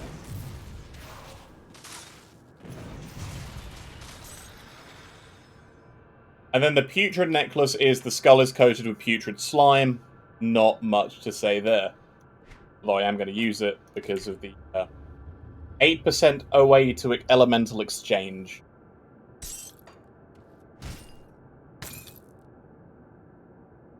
Tarnished hatchets, whatever.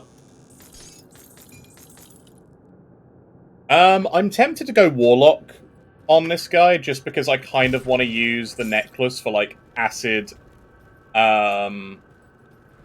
elementalist, like acid Nova and stuff. I don't know. Is that weird? I don't think it's that weird.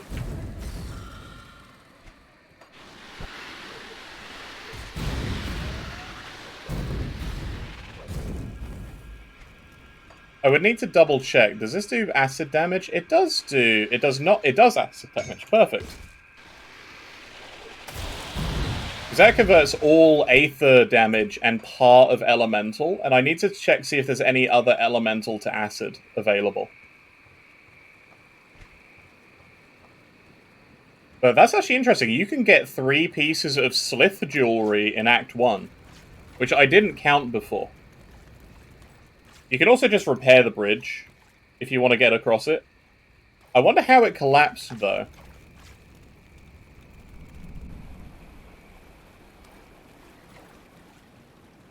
Okay, actually, yeah, if you look around the portal, there is the indent of the salt, but I think that that is just because it's not been attuned yet. But it doesn't look like there's actually any salt on the ground. I think when we approach it, it appears and the runes appear. Yep. We approached, the salt and the runes appeared. So, it is actually we are securing them. We're salting the ground, we're writing the runes. Interesting.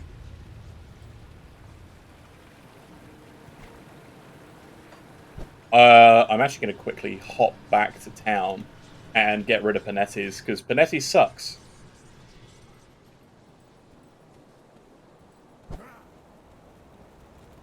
Yes, I'll have to look at the one after Cronley. Greetings, child. I am pleased to see that the Wait, did we not taint of speak to possession Sedina? has left you. Should you require it, I offer spiritual guidance to the survivors. I will gladly extend this service to you. Troubled memories can cloud the mind and torment the spirit. With my guidance, you can move past these painful thoughts and begin anew. Are you the one who stopped me when I was My possessed? knowledge of spirits has allowed me to devise a trap with which we were able to contain you and the ethereal that controlled you. It was not until the noose was firmly around your neck that the spirit left you, though. Huh. That would be why, yeah. That would actually explain the salt, too. We used the salt bag. I'm afraid that I am not at all fit for combat, which from my understanding was more than necessary for you to reach the Reanimator's lair. I was only able to subdue the ethereal within you with the use of a trap, which would have required the Reanimator to come to us, just as you have. Okay. I will return if I require your services. What troubles you?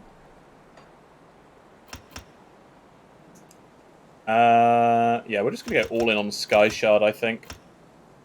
The Sky Shard is cool. Acid Farewell. Sky Shard, anybody?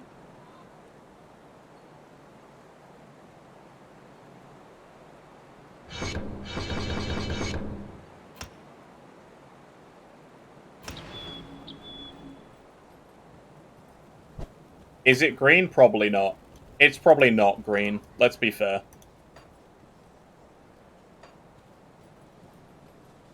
Oh yeah, let's speak to Luther. Thanks for saving my behind back there. Turns out not all rifts mean bad business. I've gone ahead and set up shop. Come see what's left. It's amazing he was able to bring all of this stuff here. If you go to Crucible first, you do not have a salt bag. Oh, that's cool.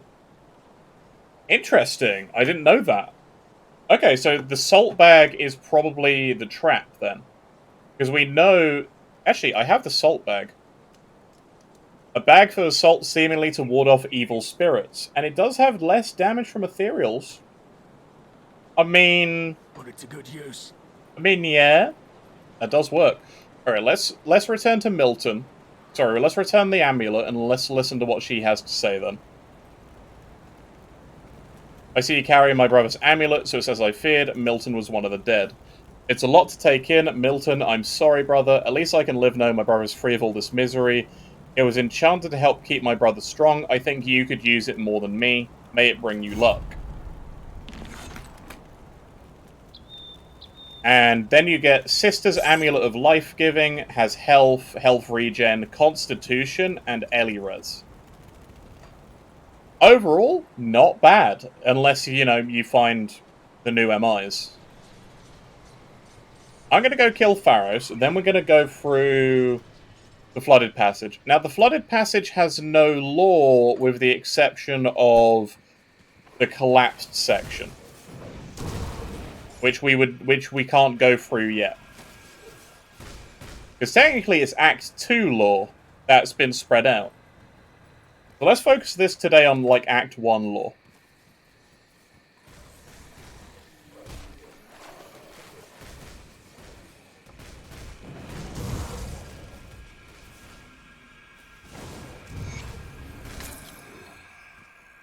There we go. We can go back to Harmon now.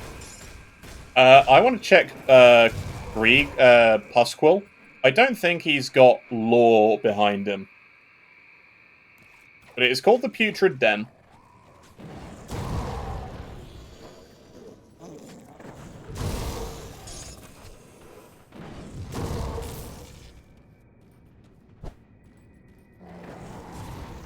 Is Pasquil the Hoarder? And And it's a rodent of unusual size. And then you get Bernard's buckler, which has nothing on it, and then Pasquale's tail is his MI. The question is Bernard another starting item? I feel like it is. Because all of the starting items only ever come with one modifier. And I'm just assuming it's the lair in the old dump, and the rat drags things inside of it. Like, it's not super deep lore that the rat is, like, what makes the dump, right?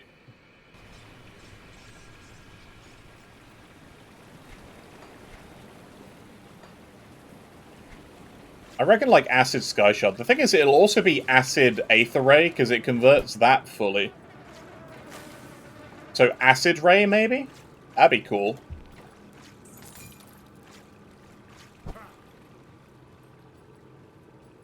But I need Blood Adreek for that. So, we won't get that for a bit. I'm getting lost. I'm getting terribly, terribly lost. What do you guys think? Acid Aether Ray? I feel like that could be interesting.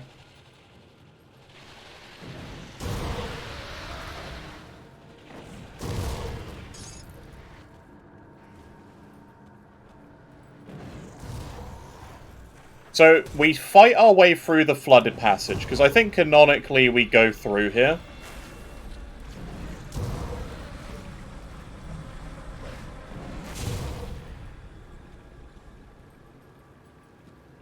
Clearly it ran out, like, just now.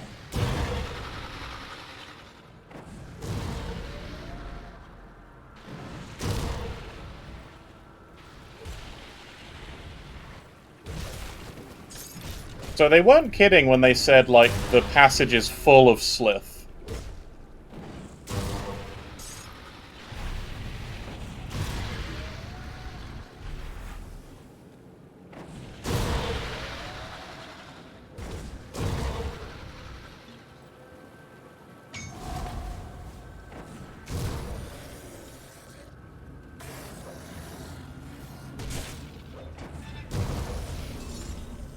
Must be full of it. There we go. Arbalist, plus 4 to Panetti's. Why? Why give me more Panetti's?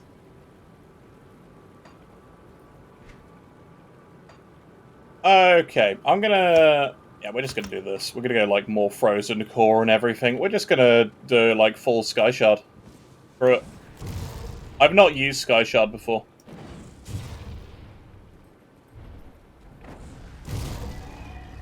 Wow, this is, that puts us in some work. Heretic's Tome, Shambler's Heart. The level 18 Shambler's Heart? Huh, I didn't know we could drop the level 18 one.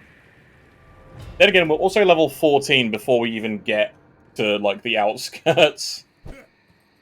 And we've been here for 2 hours.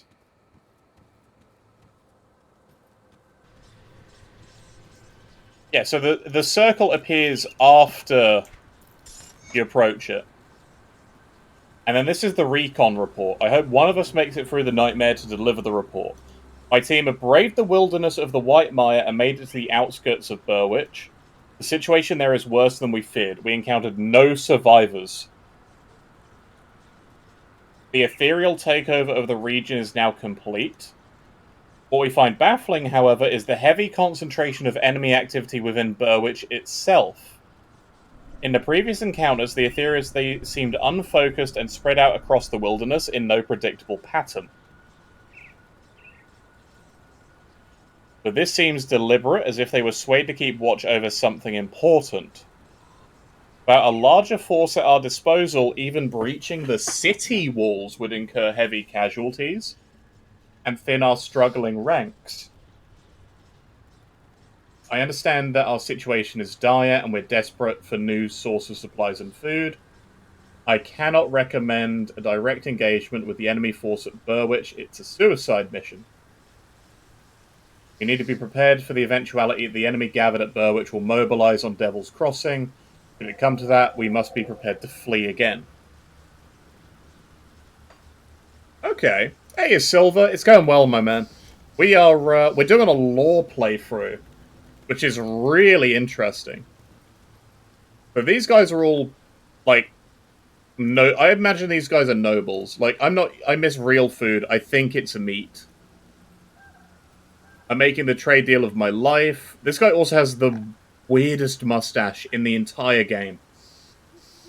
Look at that face! That is the face of a potato. Marcus is a literal potato person. Oh my god, look at that. That is horrendous. We've all suffered in the Grim Dawn. I don't think you understand the scope of the situation. I was going to move to the estates. And then we speak to Duncan, who is young and handsome. These guys are with Duncan.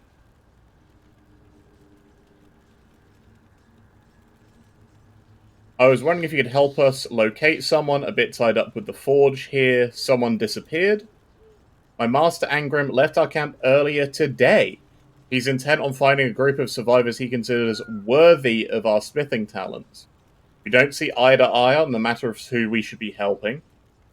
Angrim wants to field an army and take the fight to the Ethereals. I'd rather save as many as I can, whether they can fight or not. I want to help these people, but without my master's forging hammer, I won't be able to make anything worth a damn. If you're nothing without the hammer, then you're nothing with the hammer. Why do you feel the hammer should go to you? My master's an expert blacksmith, the weapons he creates are of the finest quality, but he's reluctant to experiment with arcane forging techniques. In that, I am his superior, and he knows it. I wish to help people, while my master wishes only to prepare soldiers for the battle against the Ethereals. It's a noble goal, but humanity won't thrive, it's just our soldiers survive. Yeah, but bud, you're helping a literal potato guy, and this guy has, like, no chin. And she doesn't know what she's eating. That's a fish. It's a fish, lady. What is the Malian menhir? An ancient forging hammer passed down through generations of blacksmithing, in the hands of my master Angrim. We could use you in Devil's Crossing. You see, Cat, my master, I saw him heading northeast. Okay, we know where he is, so let's just go talk to him.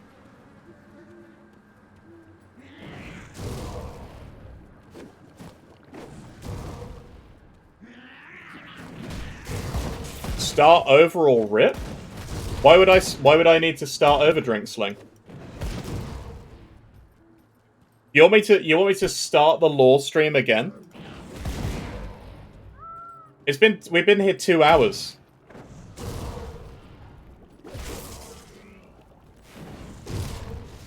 We've taken our time. I think the spiders in this game are just that size.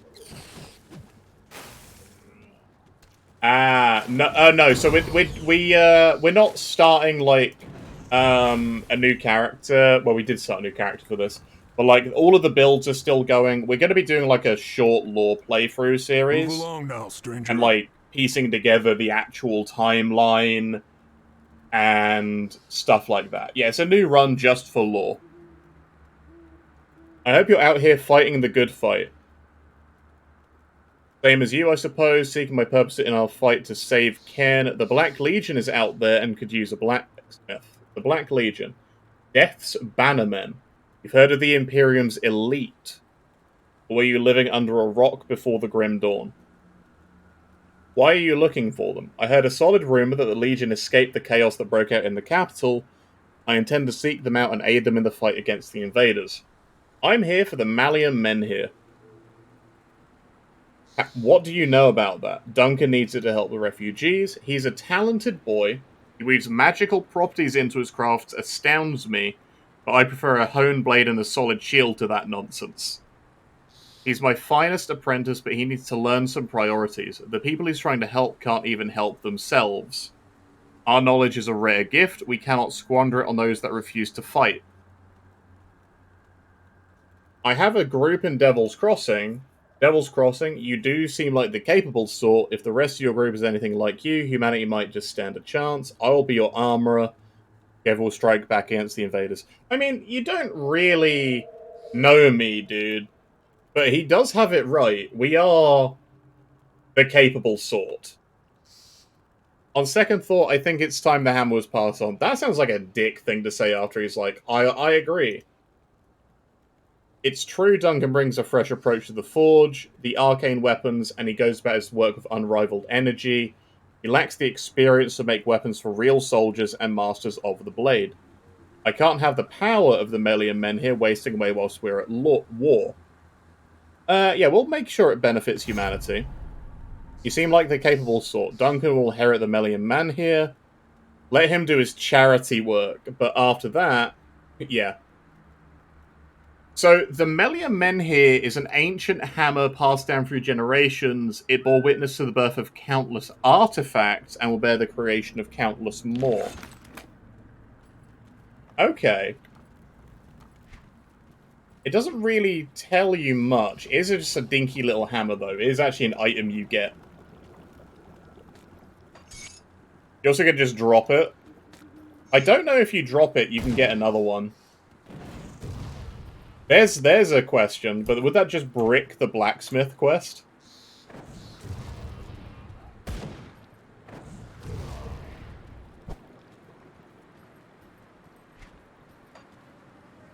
Okay, we had this to Duncan. Like, that's a lot of corrugated metal they've got here. I persuaded Angram to part with it. Angram is a tough man to convince of anything. Drop it by Angram and see what he says. I don't think he's going to say anything. I don't think the NPCs in this game have enough to, like, react to it. What happens if I do this, though? I had the hammer, but I misplaced it. Go back out there and find it. The hammer is invaluable. Oh my god. That is brilliant. We need to go see what, we need to go see what he says. Oh gosh, that's hilarious. Now log out? No. That I feel like that'd brick it. Oh. Plus, I feel like if the devs were sensible, which they are, it would just come back to, it'd just come back to him.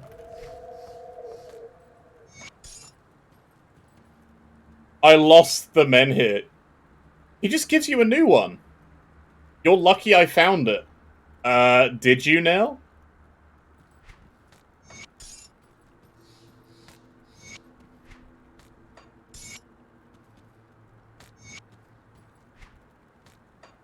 Haha, we're gonna have infinite artifacts.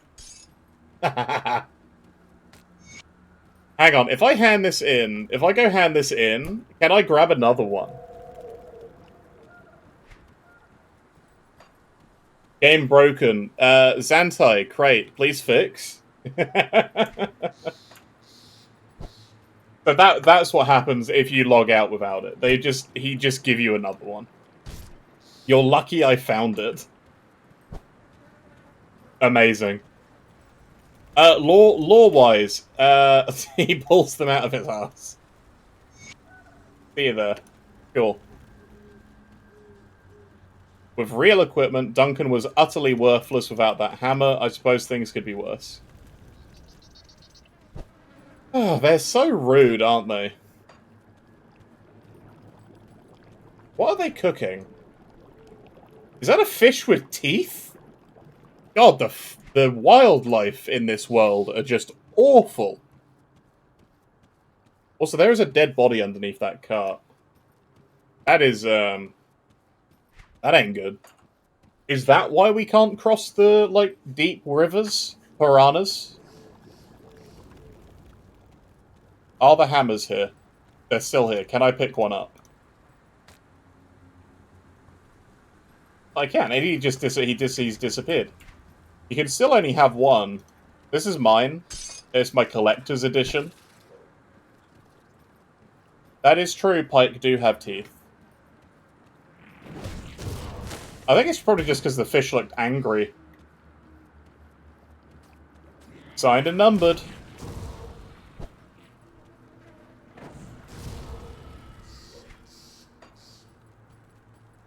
Okay, so actually... Hang on, no, there are 3 graveyards. There are 3 graveyards. Because this is the second one, the Burial Cave. You've got Burial Hill, the Burial Cave, and... So this is the Burwitch Graveyard. And then you have Hallowed Hill, which I guess is another one. I guess this is for... This is for everyone. The Hallowed Hill is for, like, nobles, I guess.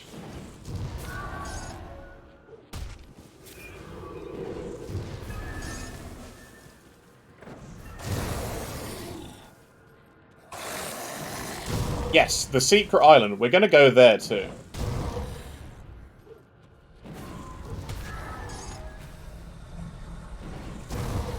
There's no lore in this place, it's just another shrine. Well, actually, no. I'd stand corrected immediately after I say that. Because over here... No, not over here. Where is it? On one of the walls in here, there is a big stone thing. It might not have spawned this time. Maybe it only spawns in, like, Elite or Ultimate. But it's one of the stone visages with, like, the witch god stuff on. Hey, Captain Nee.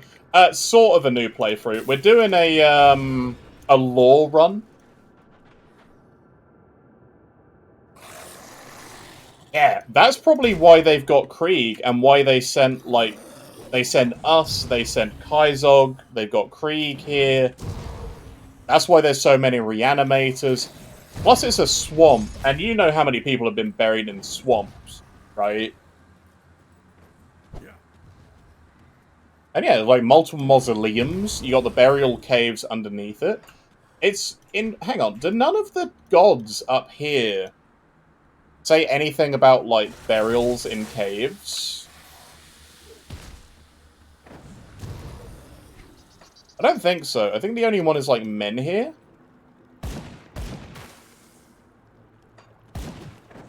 No. You're right, it's the same, like, Grobel pillars. But they're, like, metal-bound. I suppose Grobels understand smithing, because we find them with, like, metal armor and whatnot, right? Yeah. The Mouldering Fields, the Burwitch Outskirts...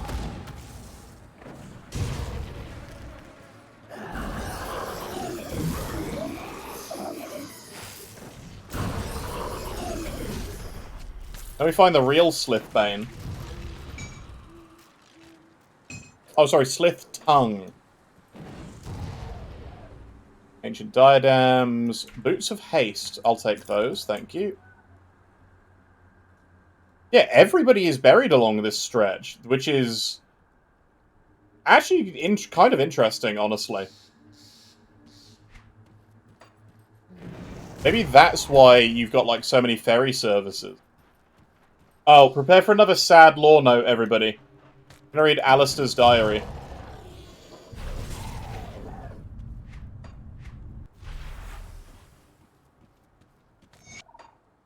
First entry. Mama told me to write in this thing, so I suppose now is as good as ever, seeing as I'm grounded again. So I pulled Abigail's hair, she started it. Why doesn't she have to sit in her room and write in her stupid diary? Tomorrow, I'll catch the biggest frog I can find in the marshes and leave it in Sister's room. We'll see how she likes that.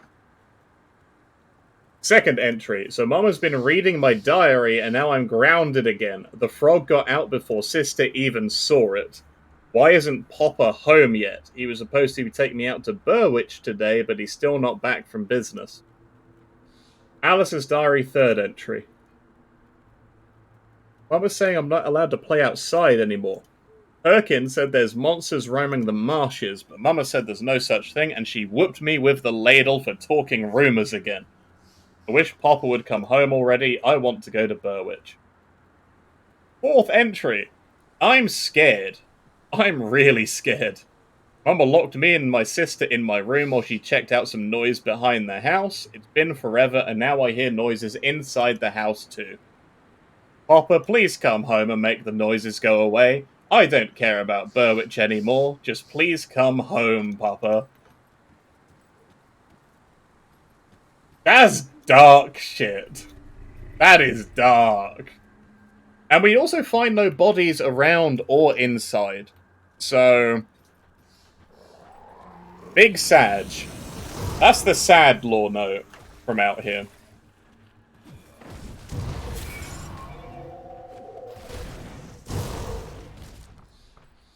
Again, somebody just tried camping out in here and it didn't go that well for them. They got fresh supplies. Oh, hang on, those are tiny boxes. What does that say? That's shotgun shells. Got shotgun shells and what looks like ham. Eaten by Grobles or rats? Probably.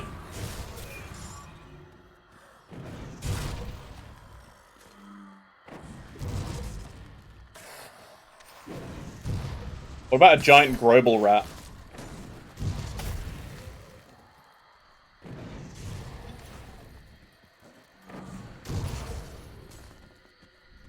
Ham. Canned ham. It's interesting because this game genuinely does have, like, canned food. Everything does look tiny when you, like, zoom all the way out. I'm not going to use anything like this. We're good. Yeah, we're okay. Fires, they block the route. There's nothing really that big or interesting. There's mushrooms growing in the fields, actually. Which, this begs the question, these mushrooms, are they natural or unnatural?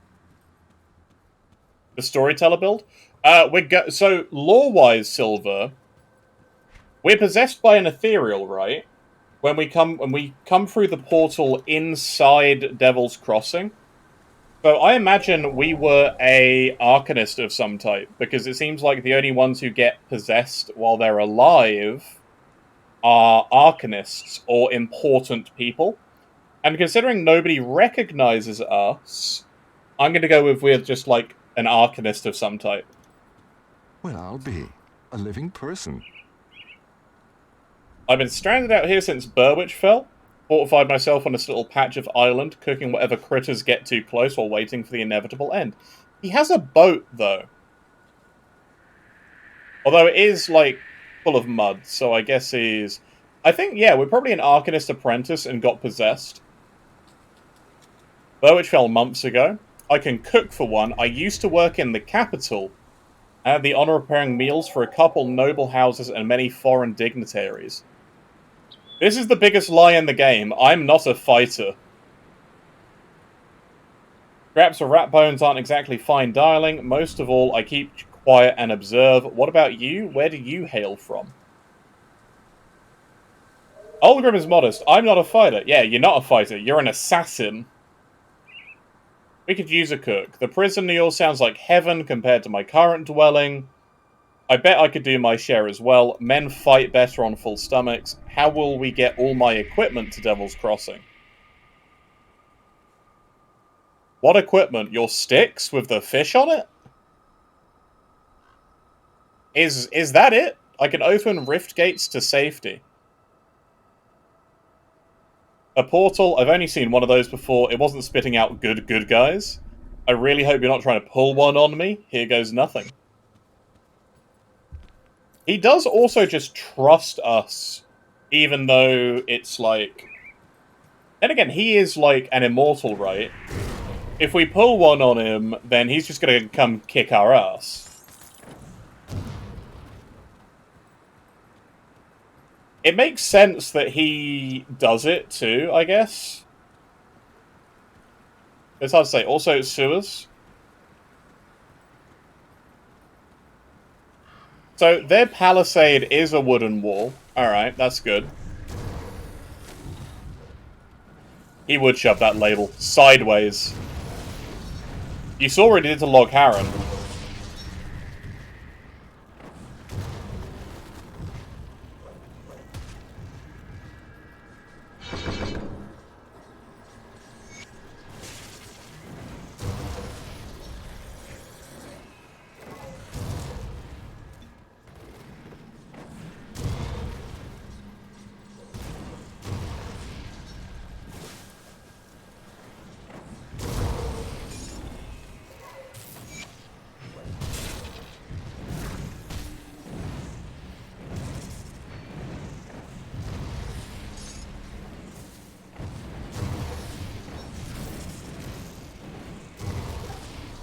Gonna keep Sky Sharding. I'm actually gonna make a switch from Sky Shard to Aether Ray. Because I just like Aether Ray more.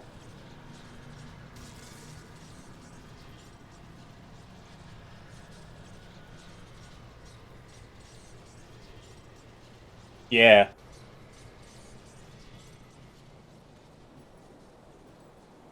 Also, there's fire in your eyes and blood on your clothes if you put the tainted men down. I feel vindicated and righteous. That's what I'd like to hear. I'd be out there with you if it wasn't for my bum leg. Paying others with iron and hearing tales is the next best thing. You killed scores of shambling dead, and I think you can do better. The Aether corruption creates some monstrous mutations in the dead. Valros and Hagra were fine folk. They ran the boarding house in Burwich until the Aether got them. Turn them into things you see in nightmares. Those that got away spoke of bloated flesh and blades of bone.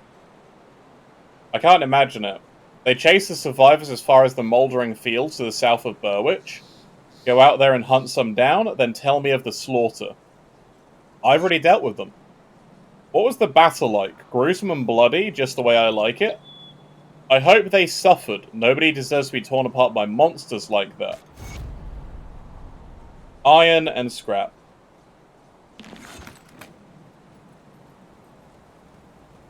Okay, so we get to come back and speak to her. I wish I could have done more.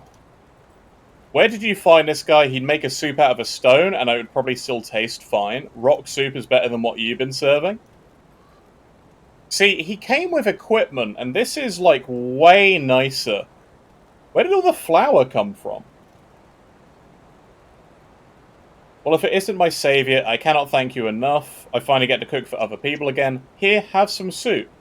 Could use some salt, but Captain Whiskey over there insists it's for combat use only. I'm glad you've settled in, and now we got to friendly. Come back anytime. I got a few old stories to tell if you've an ear to listen. Yeah, the meat, the fish, the tables. Like, this was all scrap before we invited Ulgrim. In one of your stories, one thing bothers me about the way events unfolded during the Grim Dawn. I was working in the capital during the weeks prior to the attack, and I remember 2 of the 3 legions there were dispatched to remote provinces for seemingly no reason. It seemed peculiar to me at the time they would leave the capital so exposed, but then again, I'm just a simple cook. Who am I to question the workings of the military? Interesting. Here another one. I've served more than a few men and women whose ambition and lust for power exceeded their good sense. There are limits to human achievement, and when we grasp beyond our ability, it inevitably leads to calamity. Sorry, that's a bit heavy for mealtime conversation. What would I know? I am but a cook? Question mark? Huh? Let's hear another one. Lies, Ulgrim, lies. Have you run into the Bloodsworn yet? The fanatical cult developed to the supposed elder god Chthon. The cult has existed forever, some say since before recorded history. I always thought the myth of an elder god betrayed and gruesomely dismembered was too fantastical to be the stuff but of theatre. But since the Grim Dawn, the cult has found a newfound power and desperate men flock to swell their ranks. When I was wandering the outskirts of Burwich, I came across some cultists who pressed me to join their ranks.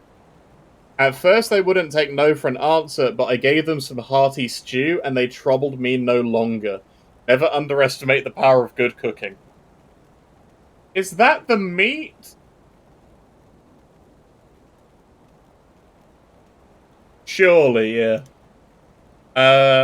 Anything else? Anything else? Oh, here you go. Here's another one. Ever consider a bowl of slith stew? Don't. They may eat us, and it may seem only fair we eat them back. But I tried boiling one once, and it ruined a set of pots and ladles. Incidentally, I heard a strange tale once that the slith were created by humans. The story went that the Emperor's general staff wanted an army that could fight effectively in the southern swamps. Horrific human experimentation led to the creation of a reptilian humanoid But they were uncontrollable, escaped captivity, and began to breed in the wilds. I'm sure that's just a legend, though. But anything else?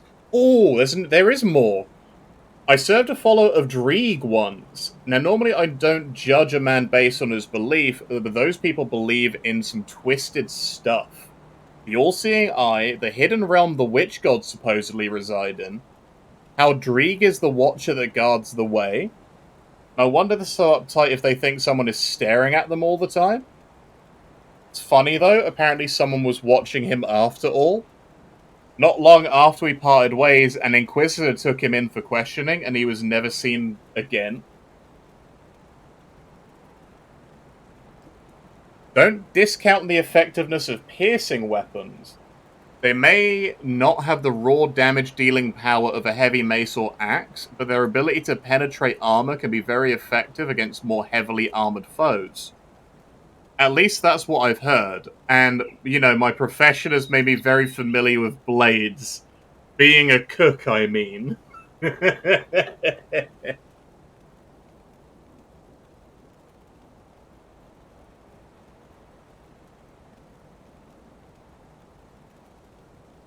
Oh, did I tell this one already? I once had to deal with a particularly rude dignitary coming from the capital who'd even slighted the Emperor. The man made a huge fuss about his food being bland, so I whipped him up a little chef's special filled with my strongest spices.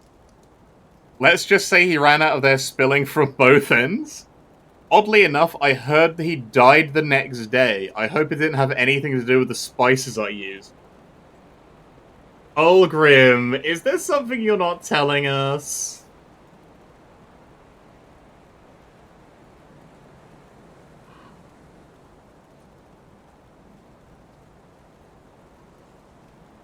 Oh, there's another one. How much do you know of the former warden? Rumors of Krieg's strange and violent behavior even reached my ears in the distant capital. When he failed to respond to multiple summons, an agent was dispatched from the capital to resolve the situation. Unfortunately, the Grim Dawn was unleashed before the man could reach Krieg. At least I assume that must be what happened. Wait. That must be a lie. Maybe it's Kaimon? It could be Kaimon. Let's gotta go back. 1 second. Oh, hang on. Prior to the Grim Dawn, I served a meal to some gentlemen in the capital who were deep in conversation about a remarkable new method of travel using arcane gateways. They said it would allow the Emperor's armies stationed in the capital to appear almost instantly in the furthest provinces. Imagine to what the lengths the Emperor's general staff would go to procure such a divisive military advantage. You know, hearing myself say it, it sounds very similar to that portal you used to rescue me from the swamp. The follower of Dreeg, the watching them all the time, an Inquisitor took him in for questioning and he was never seen again, at least that's what I heard. I don't think it's Kaimon. It doesn't give any sort of, like, indication that it's Kaimon. No, it doesn't say anything about it being Kaimon. It's just an Inquisitor.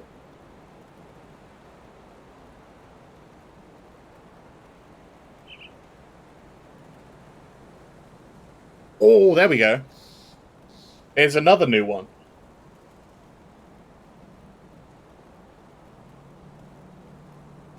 I think Olgrim probably ratted the cultist out, that's true.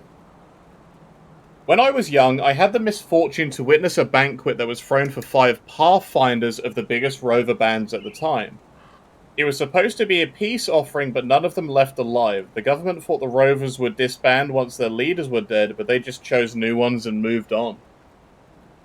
I regret how they were persecuted in the past, but it seems generations spent roaming the wilderness and back roads of these lands while evading agents of the Empire prepared them well for the Grim Dawn. They seem to be weathering it better than most and have taken in many refugees from the Empire that once hunted them. Interesting. Why? So the Erylon Empire has hunted the rovers. I wonder why.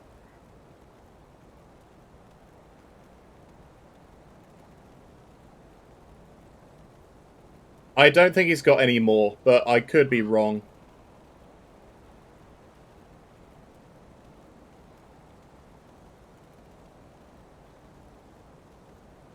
Yeah, I don't think he's got any more. We're getting the same ones again. So the last one we got to read was the Rover one. That's really interesting. I didn't realize he had so many. That's very interesting. All right, Duncan.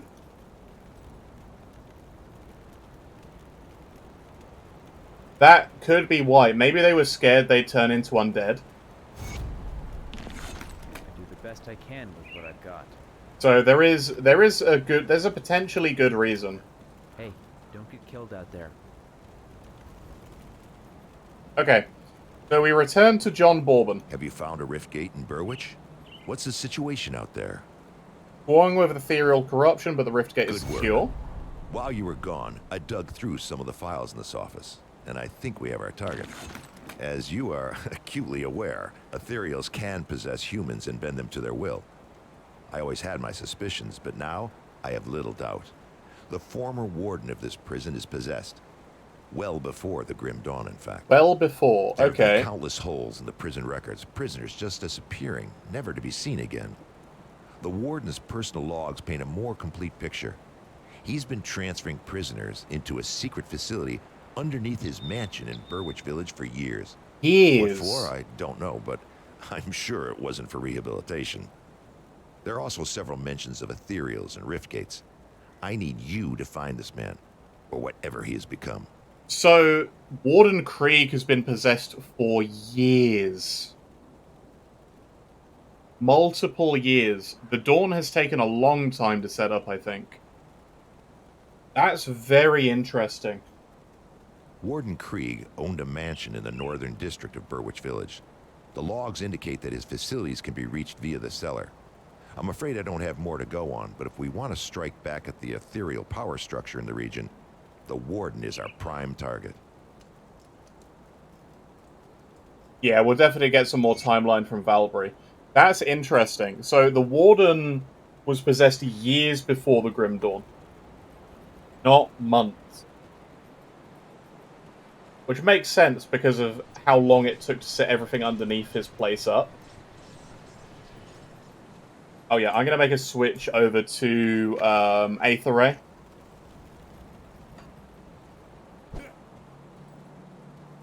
What troubles you? Ethereal Country Club? That sounds like a banging idea.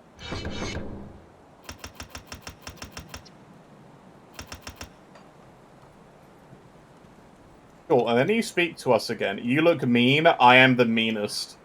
What but why? To keep you safe from the monsters. Oh, that's cute. Mrs. Constance says I'm not supposed to talk to you because you have evil in your tummy. I'm sorry if I insulted you earlier. Your origins were just a bit startling. I hear that you braved the dangers beyond Lower Crossing. I was wondering if you helped gather some materials.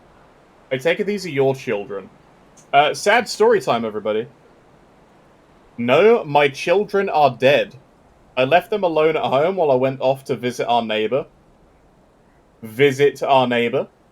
Captain John found me hiding in the neighbor's cellar like a coward. What sort of mad gods would leave the innocent to be slaughtered while wretches like me are spared?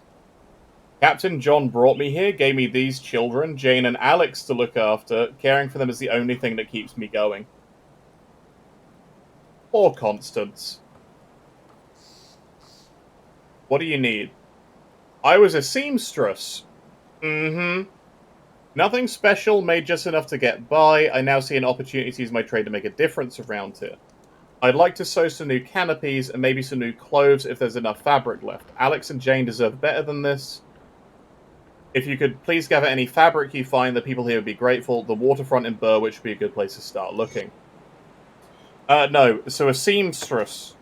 Seam, as in like the hem of a clothing. However, seamstresses were also historically known for being whores, is the not very nice way to put it. She can actually sew, but a lot of them did do both. Like, just historically, right?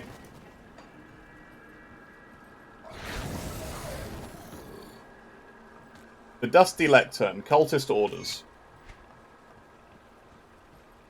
So, Brothers of Blood, the ethereal presence in Burwich grows strong with each passing day. We are shifting our operations beyond the city limits where we can proceed with our plans undisturbed. Our focus now turns upon Devil's Crossing, where our newest agent, Darini, has successfully sabotaged their water pump. Soon that irksome group will be forced to flee their sanctuary, and then they'll be at our mercy. Ready yourselves, brothers, we shall drink of their blood. Salazar, Blade of Cthon. Okay.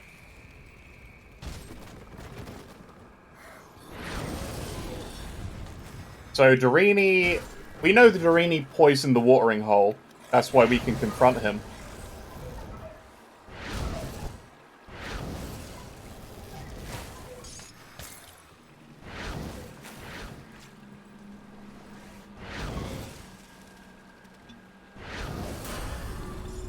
Lightbringer's Gold Band, that has health regen and passing speed.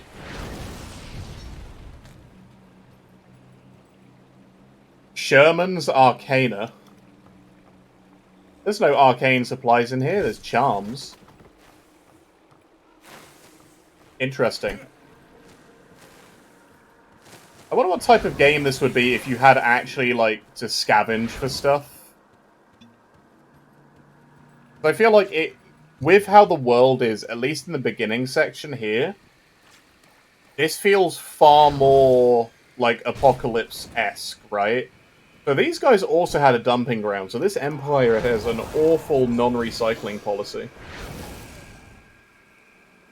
Grim Dawn Survival Crafter? I mean, it could be, right? You could look at all of this and go, wow, this is, like, really messed up world.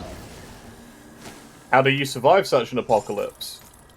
Like, if this game had, like, a proper hunger, like, scavenging for parts... Another Finnegan's bread van? Where's the bread van? Finnegan's bread! There you go. Finnegan's bread. We're missing a wheel completely.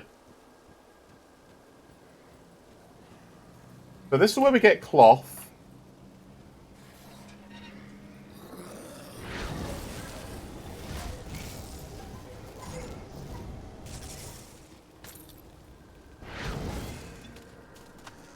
I need to go and grab,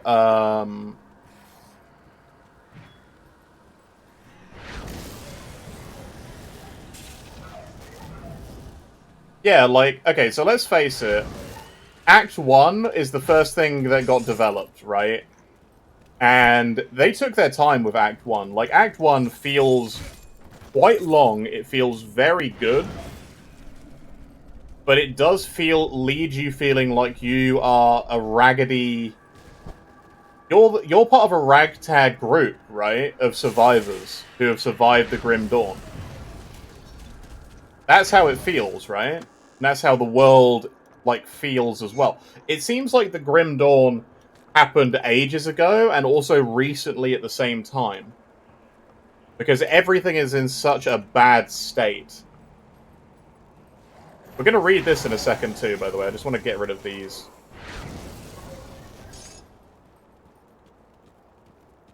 Another boat arrived with hooded prisoners, dozens of them, as usual. A wagon was headed for them, but from what I hear, it didn't take them far. Once the loading boys came back from Burwich after visiting, that there was a new doctor.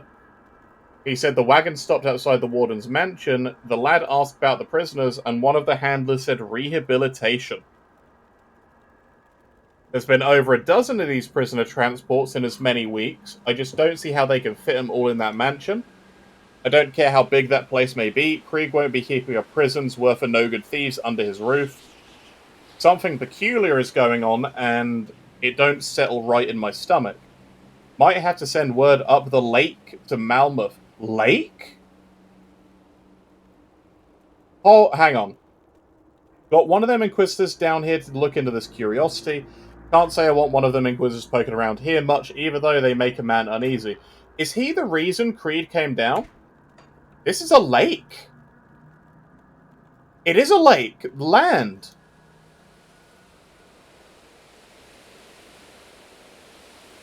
It's a lake. Oh my god. It's a very big lake. That means this area is actually tiny in the world. Wow, that's... Like, this feels like an ocean, right? It feels big enough to be an ocean. But it makes sense, because it's a ferry up the lake? Wow. New lore dropping, everybody. It's not an ocean. It is a pretty big lake.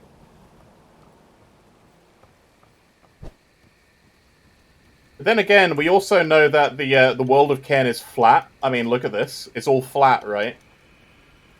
There's no curve here.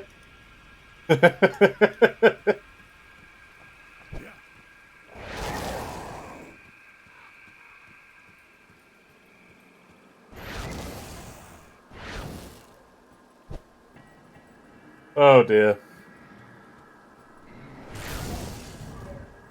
I really want, like, a world map. Oh, hey, guys, did you know that Grobel attacks are on the rise?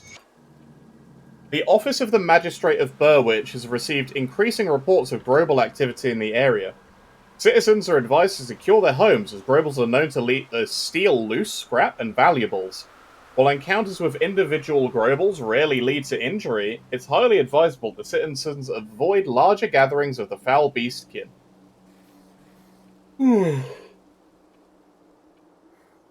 Grobel encampments are characterized by heathen totems and piles of stolen property. If you discover the presence of Grobel totems in your area, do not approach them. Report the camp to the proper authorities immediately. Okay. It's on the back 4 heffalumps on a space turtle. Exactly! It's a shame the disc is made out of, like, god meat, right? Oh, he was reading a book. He's reading lots of stuff. Interesting.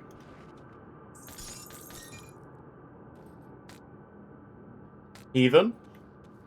We need to figure that out, Vorador. I don't think it specifically says, because Empyrean is long gone. So the Empire of Erielon is faith, is like science, right?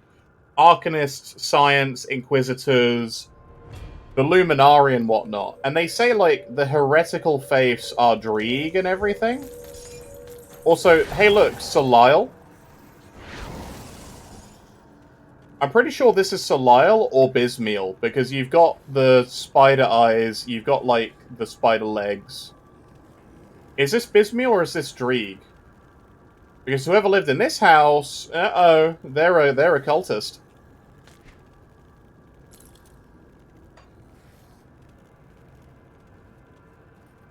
I don't know if there's a known state religion. I don't think it's Dreeg. There's not enough eyes for it to be Dreeg. I think it's just the witch gods. I think it is just witch gods. Even, like, the helmet isn't Korvac enough. Although, something I did notice as well, the heads on most of these, which are usually found for, like, witch gods, right, all have the same sort of face. It could be all three. That's a fair point. No, Gully, we're just doing, like, a lore run. I feel like I've been feeling a bit out of it today, and I'm really intrigued with some of the stuff we've been finding. So we're doing, like, a lore playthrough, where we, like, stop, listen to dialogue, read notes, speculate, which is why we're also an Arcanist. So this isn't, like, my general playing style. I'm taking it a lot slower. I actually need to go back to Devil's Crossing, because I need ectoplasm, because this is becoming painful to use Aether Ray.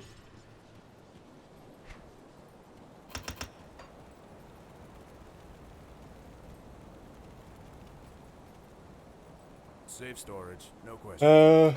Yeah, give me Exo.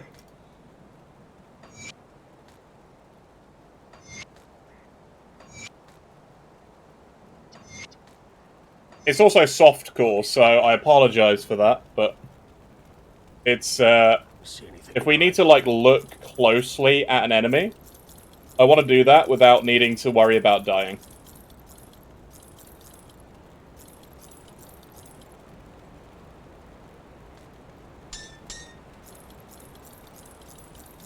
Oh, we've also got a copy of the Melian Men here. Using Arcanist so we're clever enough to understand the lore. Exactly. But also, we picked Arcanist because we were possessed in the beginning, right? But we're also alive, and we're not, like, possessed as dead. Which means either we're an Arcanist or we're important, and nobody... See anything you like? I sold the fabric? Oh, I didn't. The fabric's here. You might have thought it was the Heretic's Tomb, but it's not. What do you want?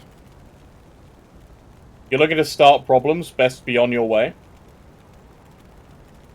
I found a curious note in Burwich. It remembers you by name.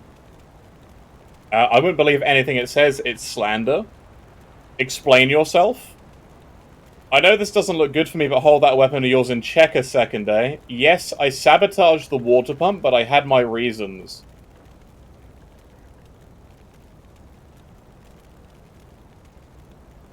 You see, I was a prisoner back here when the place still served as an actual prison. When the world went down the slith hole... Slith hole seems like it's a phrase that's been repeated by everybody. I stayed here with a few others. It was the safest place I could think of. Clearly, Bourbon thought the same when he showed up with the rest of the survivors. Things escalated quickly. I'm sure it was us who fired first, but it was them that fired last. Those prisoners that survived were driven out and set free. Now they call me a coward for all I care, but I hid when the fighting got ugly. Came out later looking like another refugee, and no one was the wiser. Never could forgive Bourbon for what he did to us, though. So they fought the prisoners who were alive in the prison. Interesting. Does that mean he kicked Cronley's group out of here? I think that might be why. They probably hate and want to retake Devil's Crossing. I mean, I never, like, read this. I've always just, like, killed him or, like, skipped through this.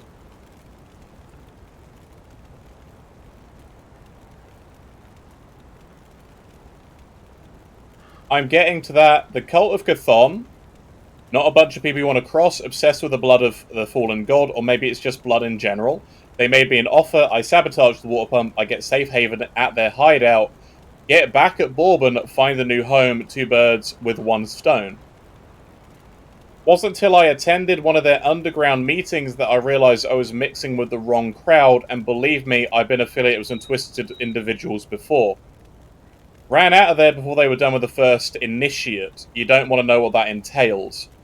I do have one of their keys, though, the prize for the mistakes I've made. Let's make a deal, eh? You don't breathe a word of this to Bourbon, and I give you my key along with directions to their lair. There'll be plenty of stolen belongings there, ripe for the taking for the likes of you. Don't try anything funny, though. I keep that key well hidden. We don't want to raise any suspicions now.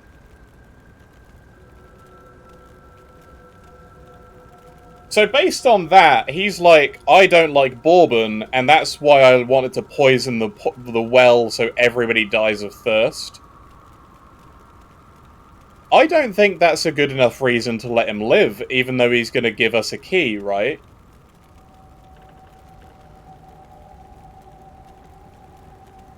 Like, I don't think that's good enough. What about you guys? Save him for the lore in the mines?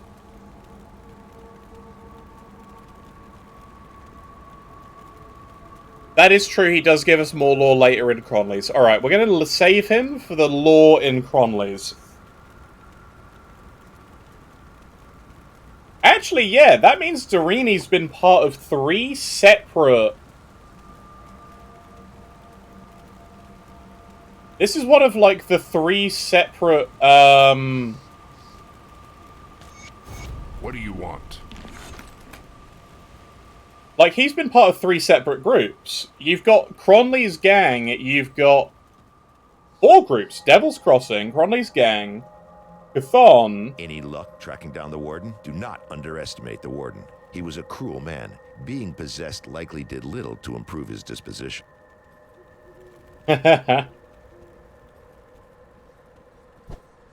Okay.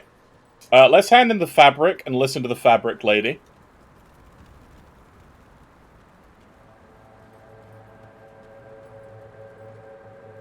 Yes, here it is. Great, this is more than enough to clean the place up a bit. Should also have some leftovers to make some new clothes. Many people here are wearing nothing but rags.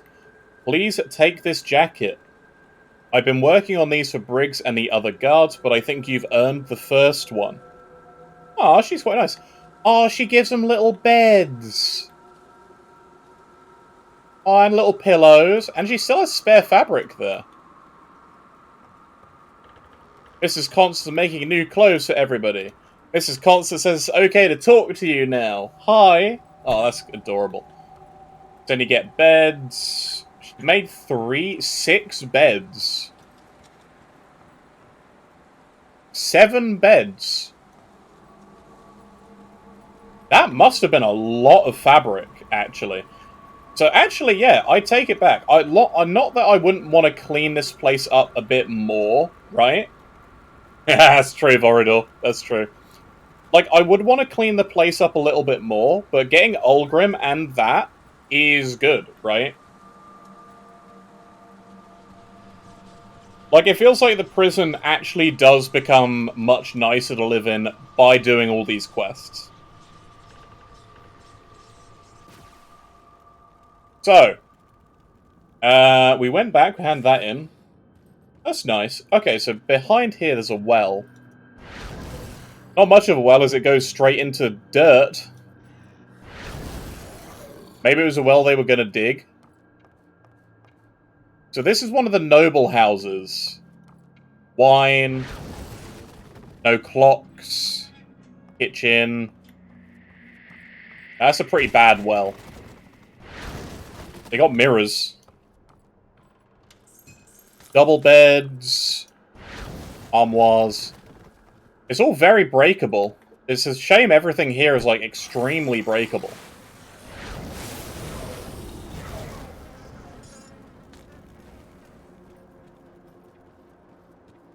Okay. Oh, we also found out some lore about the desecrated shrines. They're actually from an ancient empire, probably pre-Arcovia. Actually, do you think they're forgotten gods? Because this could represent, like, Korvac. And that's what I mean about, like, a scavenging survival thing. It is the same thing. So it goes from red to orange as well. Yeah, I think it's the exact same as the totem in the Witch Cave. I don't think it's particularly different. I think all of the totems are the same.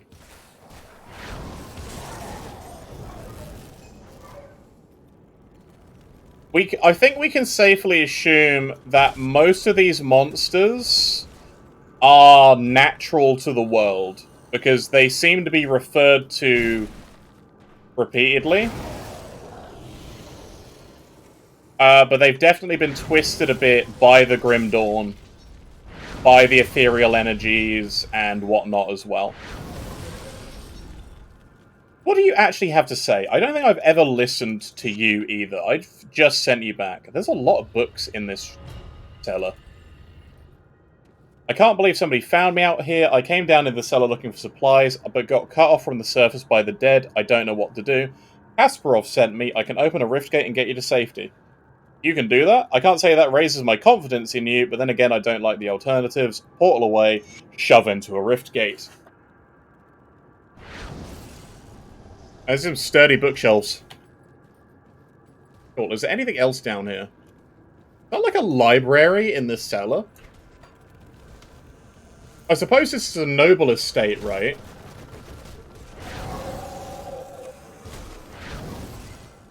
Like, this is a noble estate, so... Actually, these are several noble estates. Man, there's so many, like, cave systems.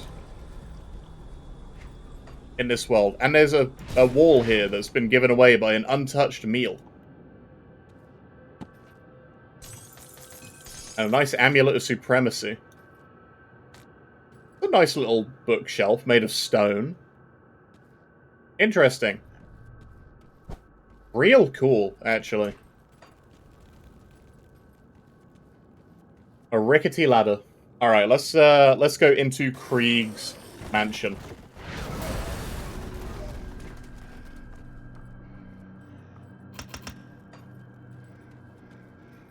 The reason I'm going to Elemental Exchange is because energy regen. We needs it.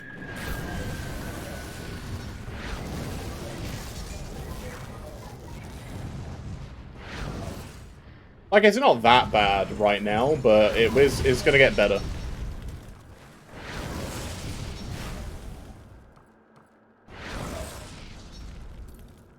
Oh yeah, this is so this is Warden Krieg's little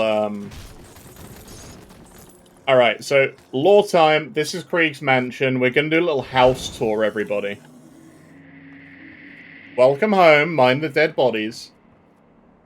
Dining room, kitchen, lounge. He had a big old fireplace. This is the aforementioned little fun dungeon.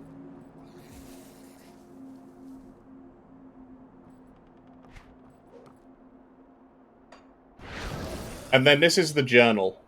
Also, Dorini's direction. So let's read Dorini's direction, then we'll read his journal. There were 2 salt rings. A deal's a deal. The cultists are setting cozy up in the mountains, out of the way of the usual travellers. Head out to the broken bridge in Berwich outskirts. Once they hug the cliffside, you find a path leading into the hills. When you find men in blood-soaked robes beckoning the dark powers, you're in the right place. At the entrance, their sanctuary is past the camp, carved into the mountainside.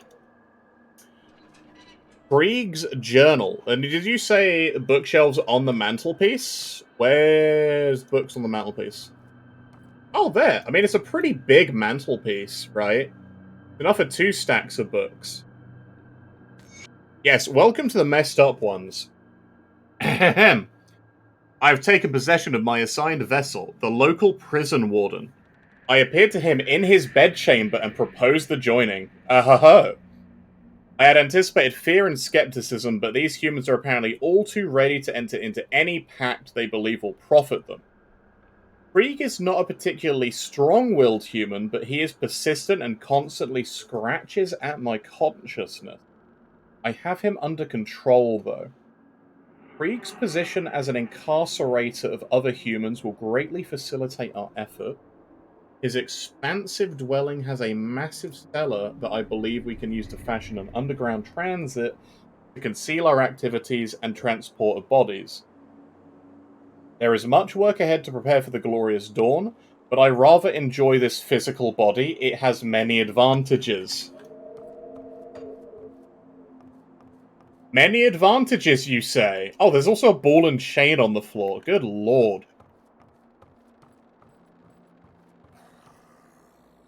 So this was the room Creed was stuck in. We've read his lore notes already as well. He arrived in Berwich through Whitemire. The warden put him up in the room. He's joining the supper time. He'd been a guest to Krieg as Manor for over a week, and then he broke into the upstairs area where he found like dead bodies and shit. He's got like a proper library. Are we going to find any notes? We're not going to find any notes. Are these Warden Creed's clothes? Probably not.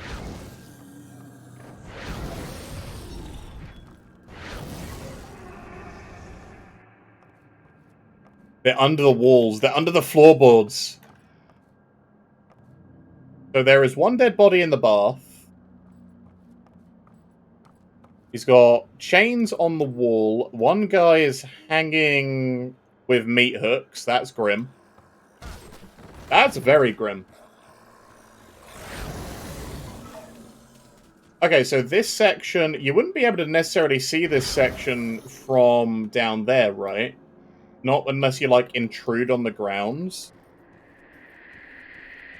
Where did the wagons deliver to? Outside, and then they were marched through? That's one hell of a streak of blood. Okay. Yeah, that's also true. So this is the Warden's Cellar. So this is... The way it made it sound, right, is that the Warden's Cellar was this big before he was even possessed, right? There's the cauldron, and food, and flour. Do people in this world just build underground?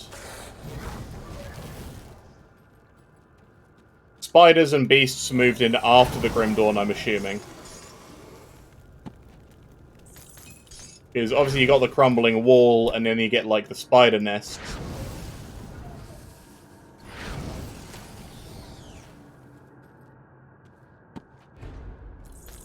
And that would be where they come from. That's a spider hole.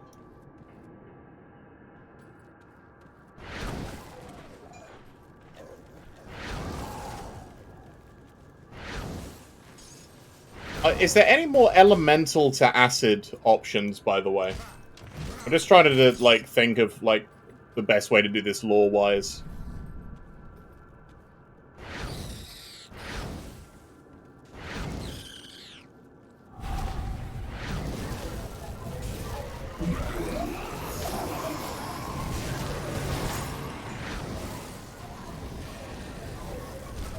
You can't see in the spider hole? I'm not sad at all that we can't see in the spider hole. I'd rather not. Willie's razor. Better gloves.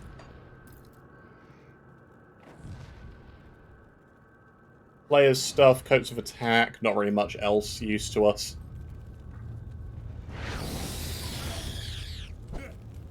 Okay. Yeah, I'm probably going to go Occultist as my second class, because I feel like we go through this as an Arcanist lore-wise, because of the whole possession thing. Because we're, like, turning the power against them. I feel like that's a very common lore trope, right? I feel like this whole place is like his cellar, right? And then you get to, like, here, and this is where it, like, gets messed up. Is this bit the new bit? Hey, Johnny, welcome in. We're doing a little lore playthrough, my friend. So we're going over lore, we're looking at stuff, we're reading notes, listening to the NPCs. We're taking it a little bit slower, so we can take in just how screwed this world is. Yeah, welcome, welcome. I still don't know why who does this layout, though. This layout is so messed up.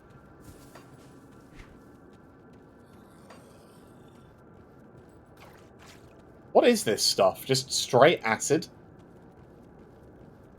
I think it's just straight up acid. We're also level 18, so I'm going to finish off Elemental Exchange. Elemental Balance going. And yeah, we'll put some more in Aether Ray.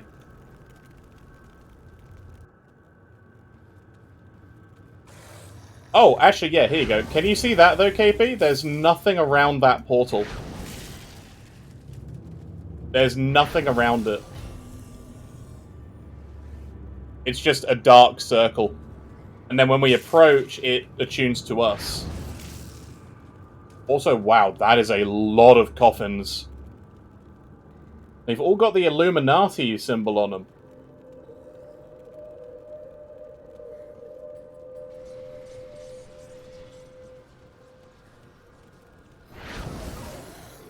Well, we'll find that out next stream, because I'm just going to go until we kill Krieg. Because I'm starting to get a bit hungry, and I need to prepare for my Divinity session tonight.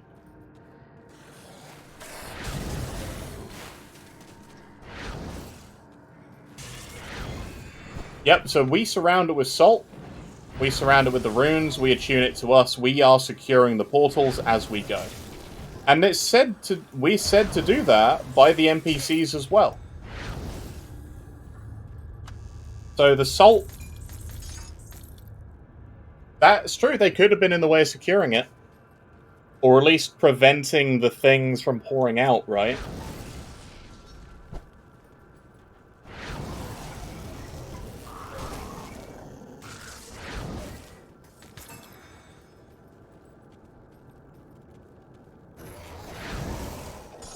It's a little sad that this is a very big area with no lore notes in until you get to the like the way here doesn't give you much, except for like this was dug out over years.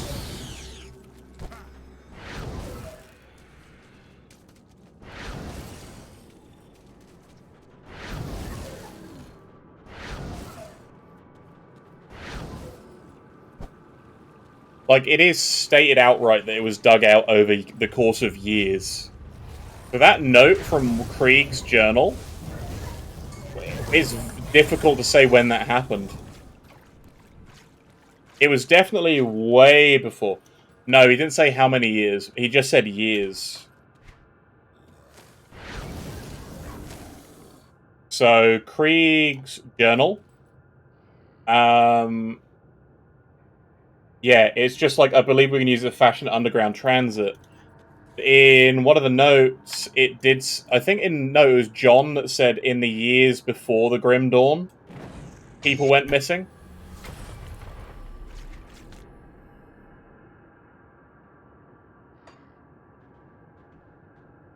So I think it was definitely years ago.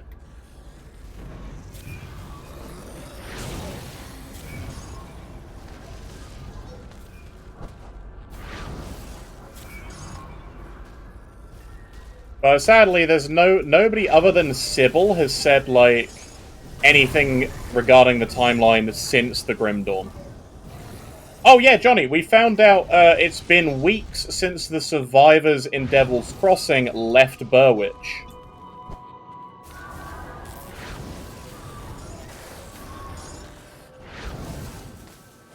Oh, yeah, so I'm going to kill Krieg. We're going to go do a little bit of extra lore.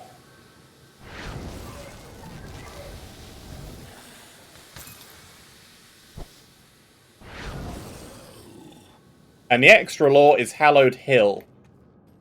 Because that's the third place they're going to be getting all of these bodies. Good lord.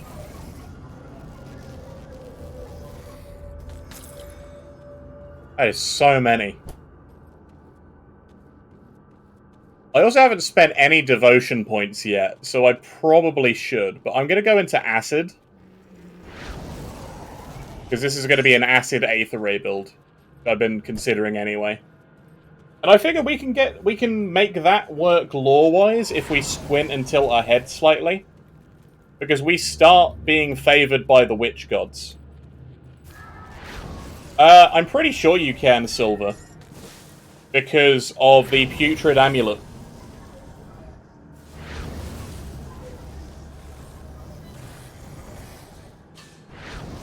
Yeah, so the Putrid Amulet... give me 1 second. One, it has a coating of putrid slime. It has elemental 45% and 100% aether to acid damage to Blood of Dreeg. And that's global conversion so long as you have the Blood of Dreeg up. So I need to know if there's any other items that have elemental to acid on. If anybody would like to look, I'd appreciate it. Caged Souls, Dreadlords of Attack.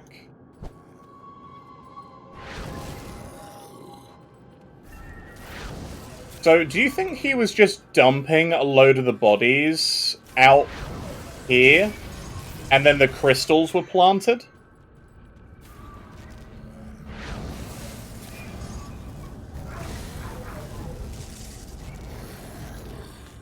Or do you think the ethereal energy just, like, coalesces into crystals? I haven't actually hovered over the crystals. It just says still lingering with... Okay.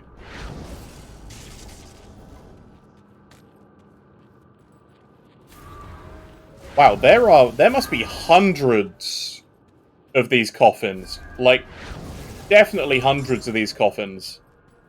So that means he has taken a lot of people. Blimey. And then the laboratory. With more cells. We've already read these notes on the last stream. Creed got the better of Creed. He saw no other way to do the investigation. He broke into the upstairs. He found the House of Horrors. There was sorcery. You know, standard evildoer stuff, right? And Krieg, like, knocked him out. Then he spent time in the cell, then he escaped, and then he, like, left Krieg alone. And now we get into yet another sad note. I'm actually going to grab all of these before we read them. But my mouth is getting very dry from all this reading.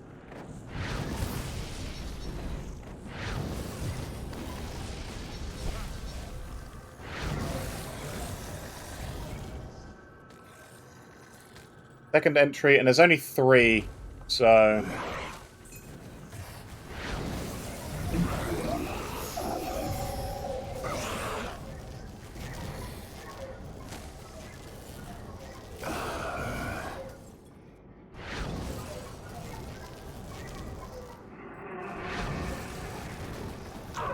Because I don't hydrate, I dehydrate.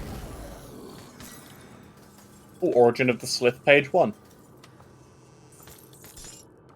I'm on that dehydration grind. The Ugdenbog Venom Launcher. Ooh.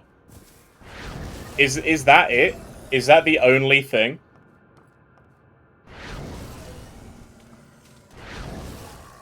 And we could use it as a stat stick. I'm not opposed to that.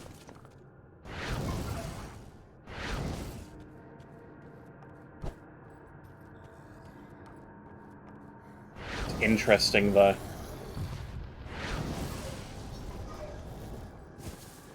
So there are a lot of beds. So do you think some of these people were like...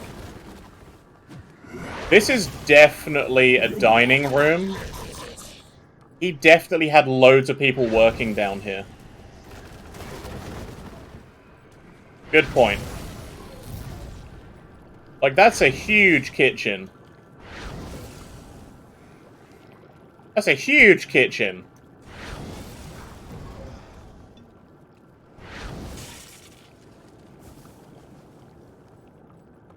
Yeah, this is literally called living quarters, so...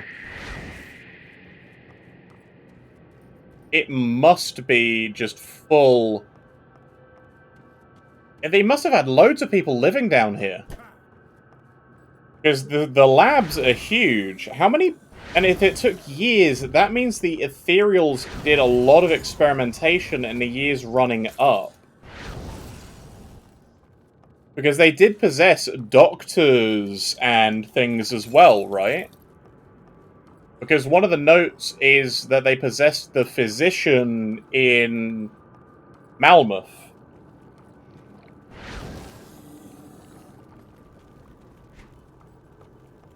Man, that got dark. That got dark real quick.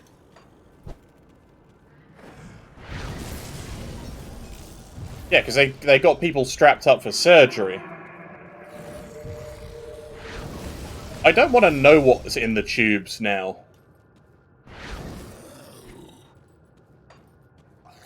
There's the outer laboratory, the living quarters, and the inner laboratory. And then whatever this side all the way over here is called. Like, it's not like... Oh, it's it goes back into the abandoned storerooms.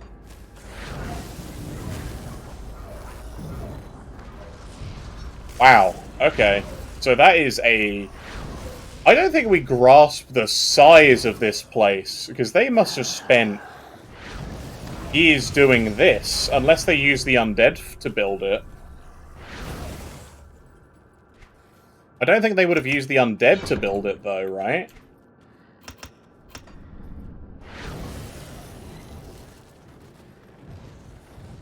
We get Zarnbrandt's notes.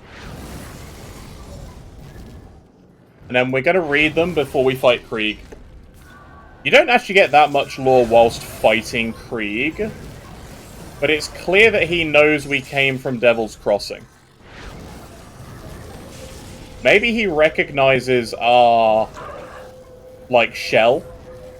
The body we possessed. That's my guess.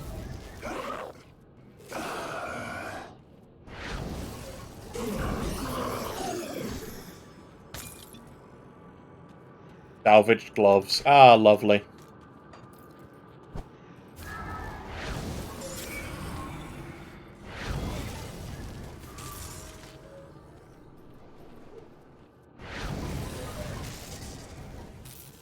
So there's only the Ugdenbog Venom Launcher and the Putrid Necklace, then.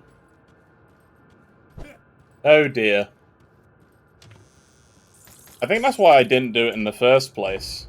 Because it became a little bit unreasonable to try.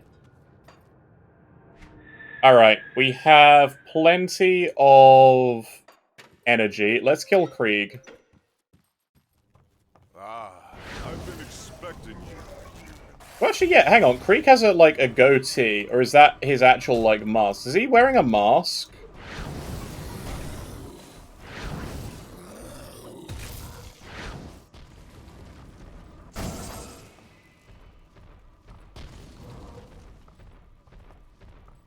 Oh, listen to his walk. Hang on, hang on. I'm gonna turn that sound up.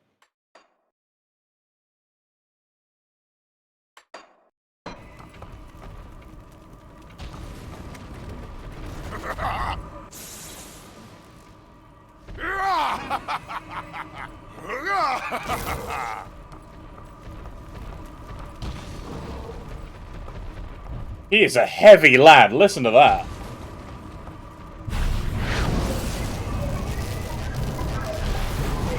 And when I'm done with you, I will crush your friend. I'm gonna turn that down again. I got too loud. At Devil's Crossing. Now, I will demonstrate my true power.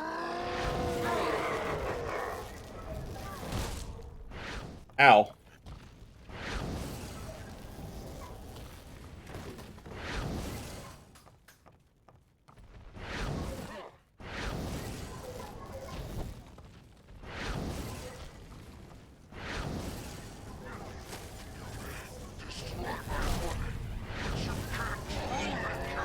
There we go. And Krieg dead. Man, he is a hefty lad. Like, it's a shame we can't see what his body looks like before he was, like, flesh warped. Like, a dead one. But the armor's interesting, because apparently he wore the black armor before everything else. And the thing is, he's got, like, proper dead old bodies in here, too. What does tainted brain matter say on it? Brain tissue scarred and twisted by the manipulations of a powerful ethereal. Is that what our brain looks like? Do you reckon our brain looks like that? Okay, Gerthron's notes time. It is unclear why the ethereals are so interested in tissue preservation. One of my colleagues has posited they intend to use human corpses as vessels for possession when they bring more of their kind into our realm.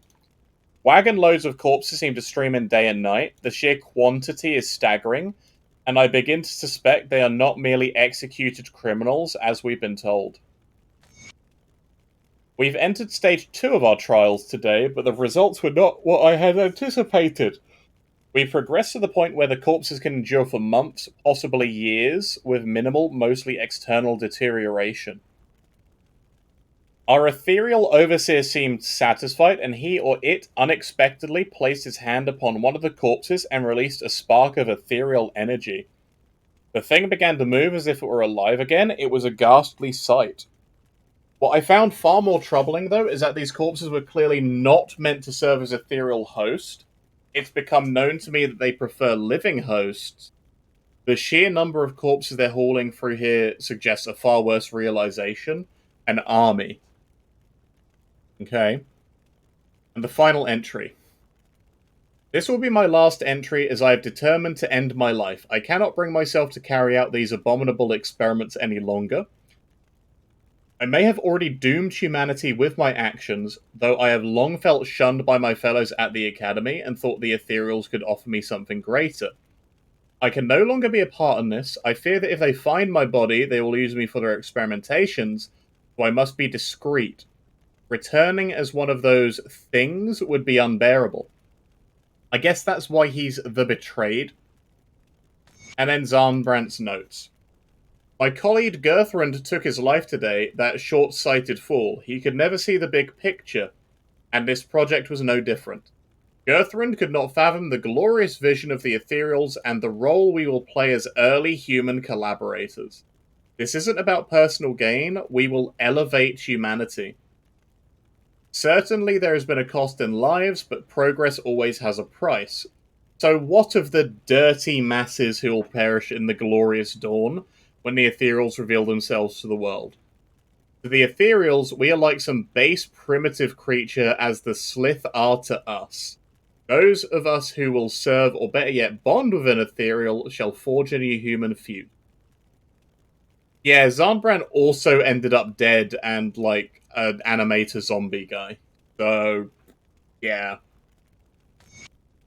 And then Missive to Krieg. Warden Krieg, excuse this crude form of communication. I am far to the north, and it seems my thoughts are unable to reach you. In all future material correspondence, we will use our host names and common human language forms. I write looking for clarification of recent perplexing reports on your conduct. Is it true you have been incarcerating and tormenting humans? What is the purpose for this? It would seem that your host's predilections are affecting your own behavior. You must bring this under your control and see this superfluous activity. Your role is to facilitate our laboratories with the collection of corpses. Limit yourself to the parameters of this task or you will be recalled. Krieg was a very naughty boy. And then we can go into Origins of the Slith. May as well.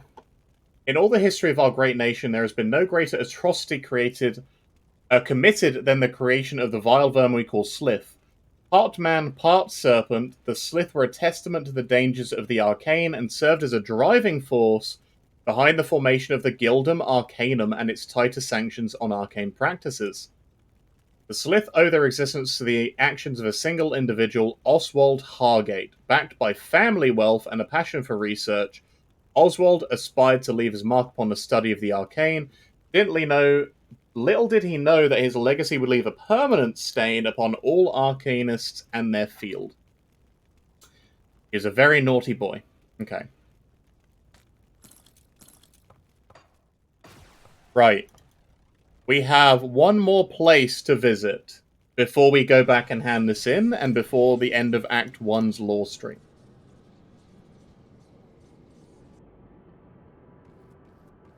So we're going to head out from the estates,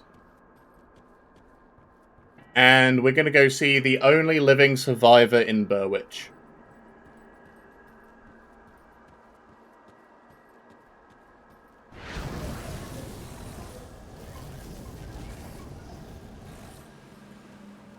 And there are so many zombies. Yep, the loony guy. The loony guy has lore, guys. We gotta go listen to the loony guy. He's got lore. And a totem next to him.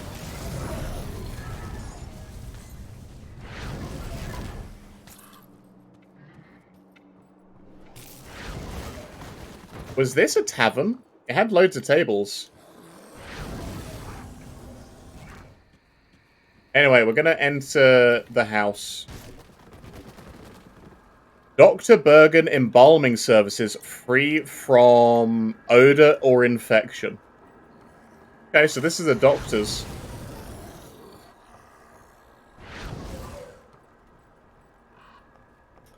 Yeah, he is a crazy guy. He is proper cray-cray. Say hello to Harvey the Drifter, and say hello to his doll. Hello, you broke my door. Oh no, the rotten walkers are gonna hear you. They're gonna find little Walter and me. Wait, are you rotten? No, no, you couldn't find us if you were. They would never to think to look here. Devil's Crossing and safe. I can take you there. I cannot go. Nowhere is safe but here. This is where we have to stay. Yes, yes. You're from Burwich. Have you been here the whole time? Yes, I knew they were coming. The rotted ones. I knew it. I tried to warn everyone, warn my family, but they all called me crazy. I wanted to save them, but I couldn't. I just couldn't stay here. Don't you see? I had no choice. I had to hide. After the rotted ones killed everyone in town, everyone but little Walter, I came back. It's clever, don't you see? They're in the swamp now. They would never think to look in town again. Hate to break it to you, bud. They are everywhere in town. How long has he been in this room? Actually, there's no windows to this room. And there are manacles on the wall. What the hell, Harvey? What can you tell me about the area? Harvey don't leave home much except when the rottings ones come. Then Harvey hides in the passage under the bridge. It leads to the old Hallowed Hill, but many dead there. So that's the guy who tells you how to get to Hallowed Hill. But if you do this and you say you don't have to worry about the rotted ones, I'm here to purge them, they go, if you kill, they come back. They search for the living and they find Harvey and little Walter. We're safe here, they'll never look, you'll ruin everything. After I say the warden you won't need to hide, you'll be safe. Were you talking to that doll before I walked in? What doll? Are you crazy? That's my son. Stop talking about him like that. Look at him, he's alive. No better, he's perfect. Such smooth, perfect skin. You have to face reality. You're living alone here with his doll. I'm sorry for your son, but you need to move on. What are you saying? You're trying to poison my mind. You're one of the rotted ones, aren't you? The only thing I can smell is your soiled bedclothes. He just turns hostile.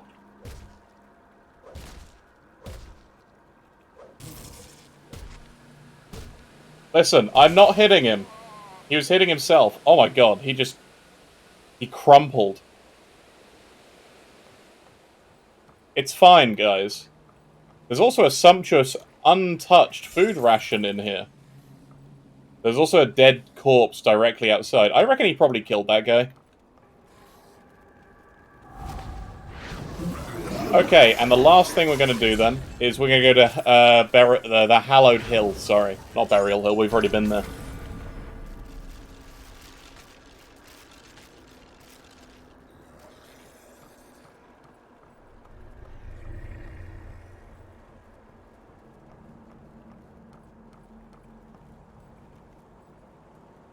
There's also more manacles in this embalming service, which is more than a little disturbing.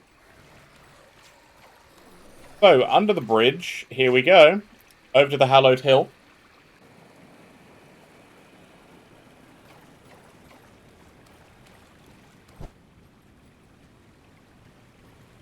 And so there's Slith. I'm surprised he hid in here with all the Slith.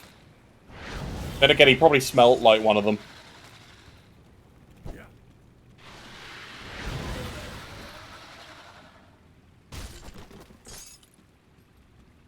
Okay. It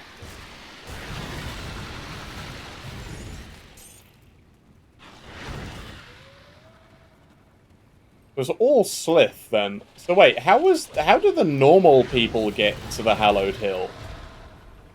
Because surely this isn't the only passage. Oh wait, unless it's the bridge that's, like, blocked off. Well, I thought he said in the passage. I mean, either way, right?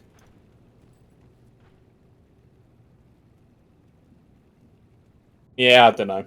He's crazy. We can't trust a word he says.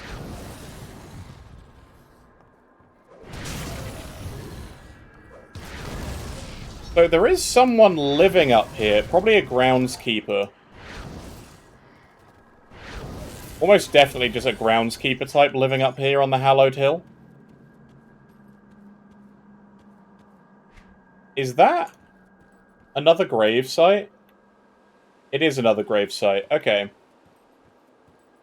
We need to look for the bridge that connects this place, or should connect this place.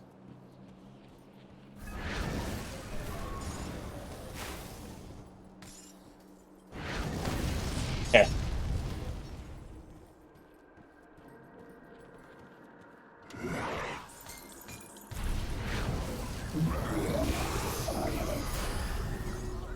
Yeah, so there's nothing else here.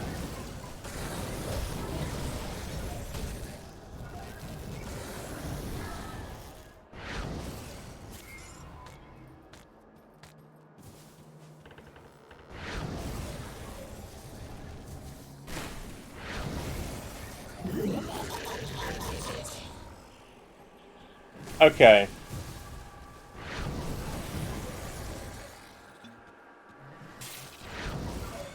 So there's obviously loads of ethereals up here as well. Which, you know, they're all over. So there are 3 giant tombs. 3 absolutely giant tombs. Just everywhere. And that's a burning building, so I don't think we can blame that on the, Grim Dawn.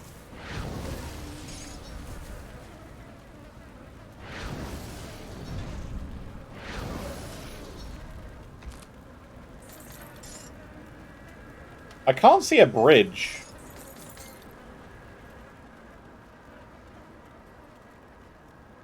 I can't see a bridge anywhere. Unless it's there, and I missed it. Go check the middle bit.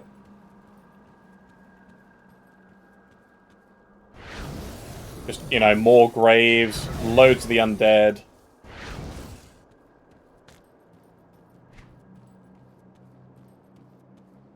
No, because that's a mausoleum. That can't be a bridge.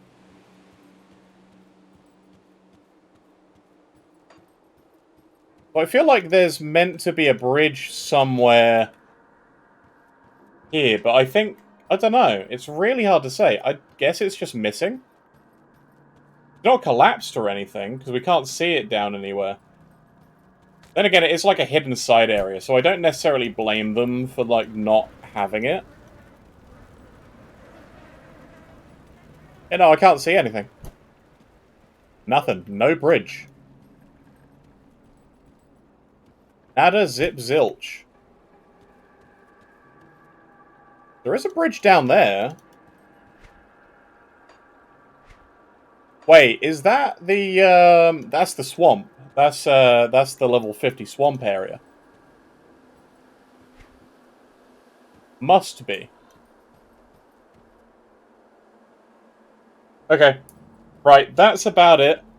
We're gonna go hand this in. We're gonna speak to Bourbon and Darlet. Gonna get the last bits of lore from Act 1, and then I'm gonna be calling the stream there. Oh, Darlet? Casper, spared no time putting me back to work. I'm here for all your schematic needs. You're back. Is there anything I can help you with? Oh, that paltry stuff. Busy work. Speak with my apprentice. She handles the menial labor. The menial labor, eh? Okay. They took my Annabelle from me. Okay, so... Morning. I'm here to speak with the captain. Just rude. I want his shoulder pieces. I don't know where to get them. Finished? Is the warden dead? We tracked him down and took his life. Is a great victory for us, nay, for all of humankind. For all of But humankind. there are many more ethereals out there, some much more powerful than Krieg. Perhaps more disturbing, though, there are those of our own kind who would see us dead to take what little we have, or just for the pleasure of killing. Among the innocent who passed through this prison on their way to Krieg's lab were many violent criminals, murderers, and worse. Okay. Many of them escaped to the northwest after the Grim Dawn, forming into ruthless gangs who prey upon drifters still traveling the roads. Since a river separates us and them, they have not been a problem thus far. Except we need farmers to get back to the business of growing food before we all starve to death. The farmland that supplied this region is to the northwest, and we need to secure a hold there. Mornay recently returned from Old Arkovia to the northwest and can give you details on the outlaw situation and what needs to be done. I realize that you have been through much in recent days, but we cannot rest just yet. We, eh? We cannot rest just yet. I don't know about that, mate. Alright, so... basically saying, well done, there's not much in the way of law there, except, yeah, there are prisoners and whatnot who escaped from Devil's Crossing and formed gangs on the other side of the river. I have some questions. Oh, here we go, here's the law. How was Morny able to explore Old Arkovia? The bridge was destroyed after his trek north. We thought he died out there, but it takes more than bandits and ravenous beasts to bring down Old Morny. What will happen to Burwitch now? I imagine in time we will reclaim it for humanity. The area is still overrun with the dead, though, so we'll have to move carefully. How long do you think we can hold here? With the supplies we've got, I suspect we will last at least a couple months on strict rations. It's a defensible location with plenty of space to provide shelter for our people. I won't plan on leaving here unless we absolutely had to, and that may change when food supplies start to run out. Now the Warden lies dead, what's our next step? Is a great victory for us. Okay, that's just the lead into the quest. Okay. And then, yeah, that's about it. So you must be the kid that's causing a stir in my absence. You've done good by dispatching Krieg. I knew that man in life. I dread to think of what he had become as an ethereal. So he was a right meanie before he became an ethereal as well. An old mess has come back to finally bite us right in the ass. The river's kept them at bay for now, what with the broken bridge. It seems the bastards have garnered a taste for the one hole in the world they were so eager to escape. I'm not going to beat around the bush. We're at war, and if we don't take the fight to them, they will surely bring it to us. I'd much rather fight on my own terms. Wouldn't you? He'd rather we go fight him for him. Before we do anything, we'll need to get that bridge repaired. Got men ready to do the work and some scrap to get you started. Just need to provide the remaining raw materials. Once that's all finished, I need you to enter the Arkovian foothills and show those bastards we're not a prize for the taking. Last I saw of them, they were mobilizing for something big across the river. Why don't you head on over there and introduce yourself? So they were they're mobilizing something big across the river. I set out with another scout to reconnoiter the lands. What we found was a wasteland overrun with beasts, blood-hungry psychopaths, and refugees living in terror on the run. A band of outlaws surprised in the night. He got a bullet to the ribs before the fighting even broke out.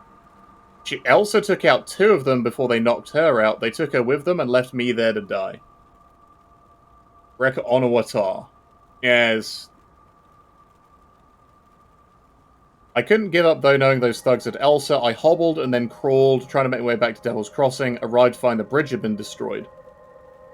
I collapsed in despair, thought it was the enemy. I woke sometime later on what remained of a little fishing village on the coast. A band of rovers had found me and treated my wounds. As soon as I could stand, I grabbed a dingy rowboat and made my way back to Devil's Crossing. So this probably happened, like, what, 2 or 3 days? And he's like, I'm not going to abandon Elsa. Are you mixing personal vendetta in this? The Grimdarm took my wife. Elsa is like a daughter to me, and I'm not going to let it take her too. I want no scum dead for taking Elsa. It seems our goals align. Sure. Anyway, that's going to be it for this stream and the first lore playthrough. We found out some cool stuff. We found out some really cool stuff today.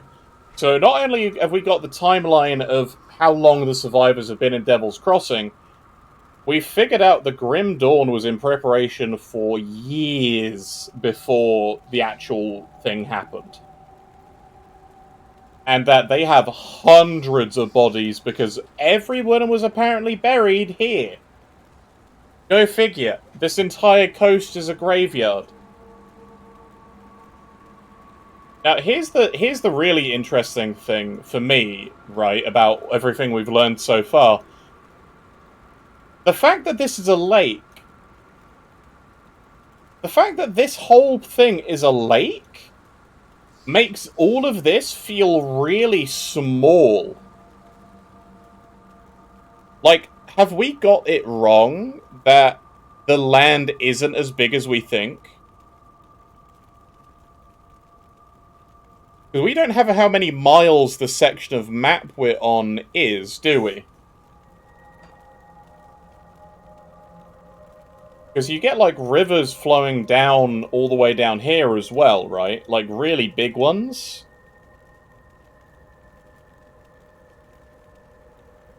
Really hard to say.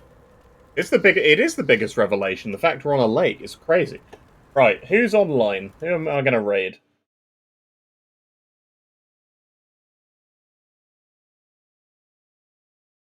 Who is available? Morndale is. Let's go Morndale. Okay, everybody. Have a wonderful day. I'll catch you tomorrow. I'm going to be doing Pal World tomorrow in the morning. Maybe in the afternoon as well. But yeah, we'll catch you tomorrow. Have a good one.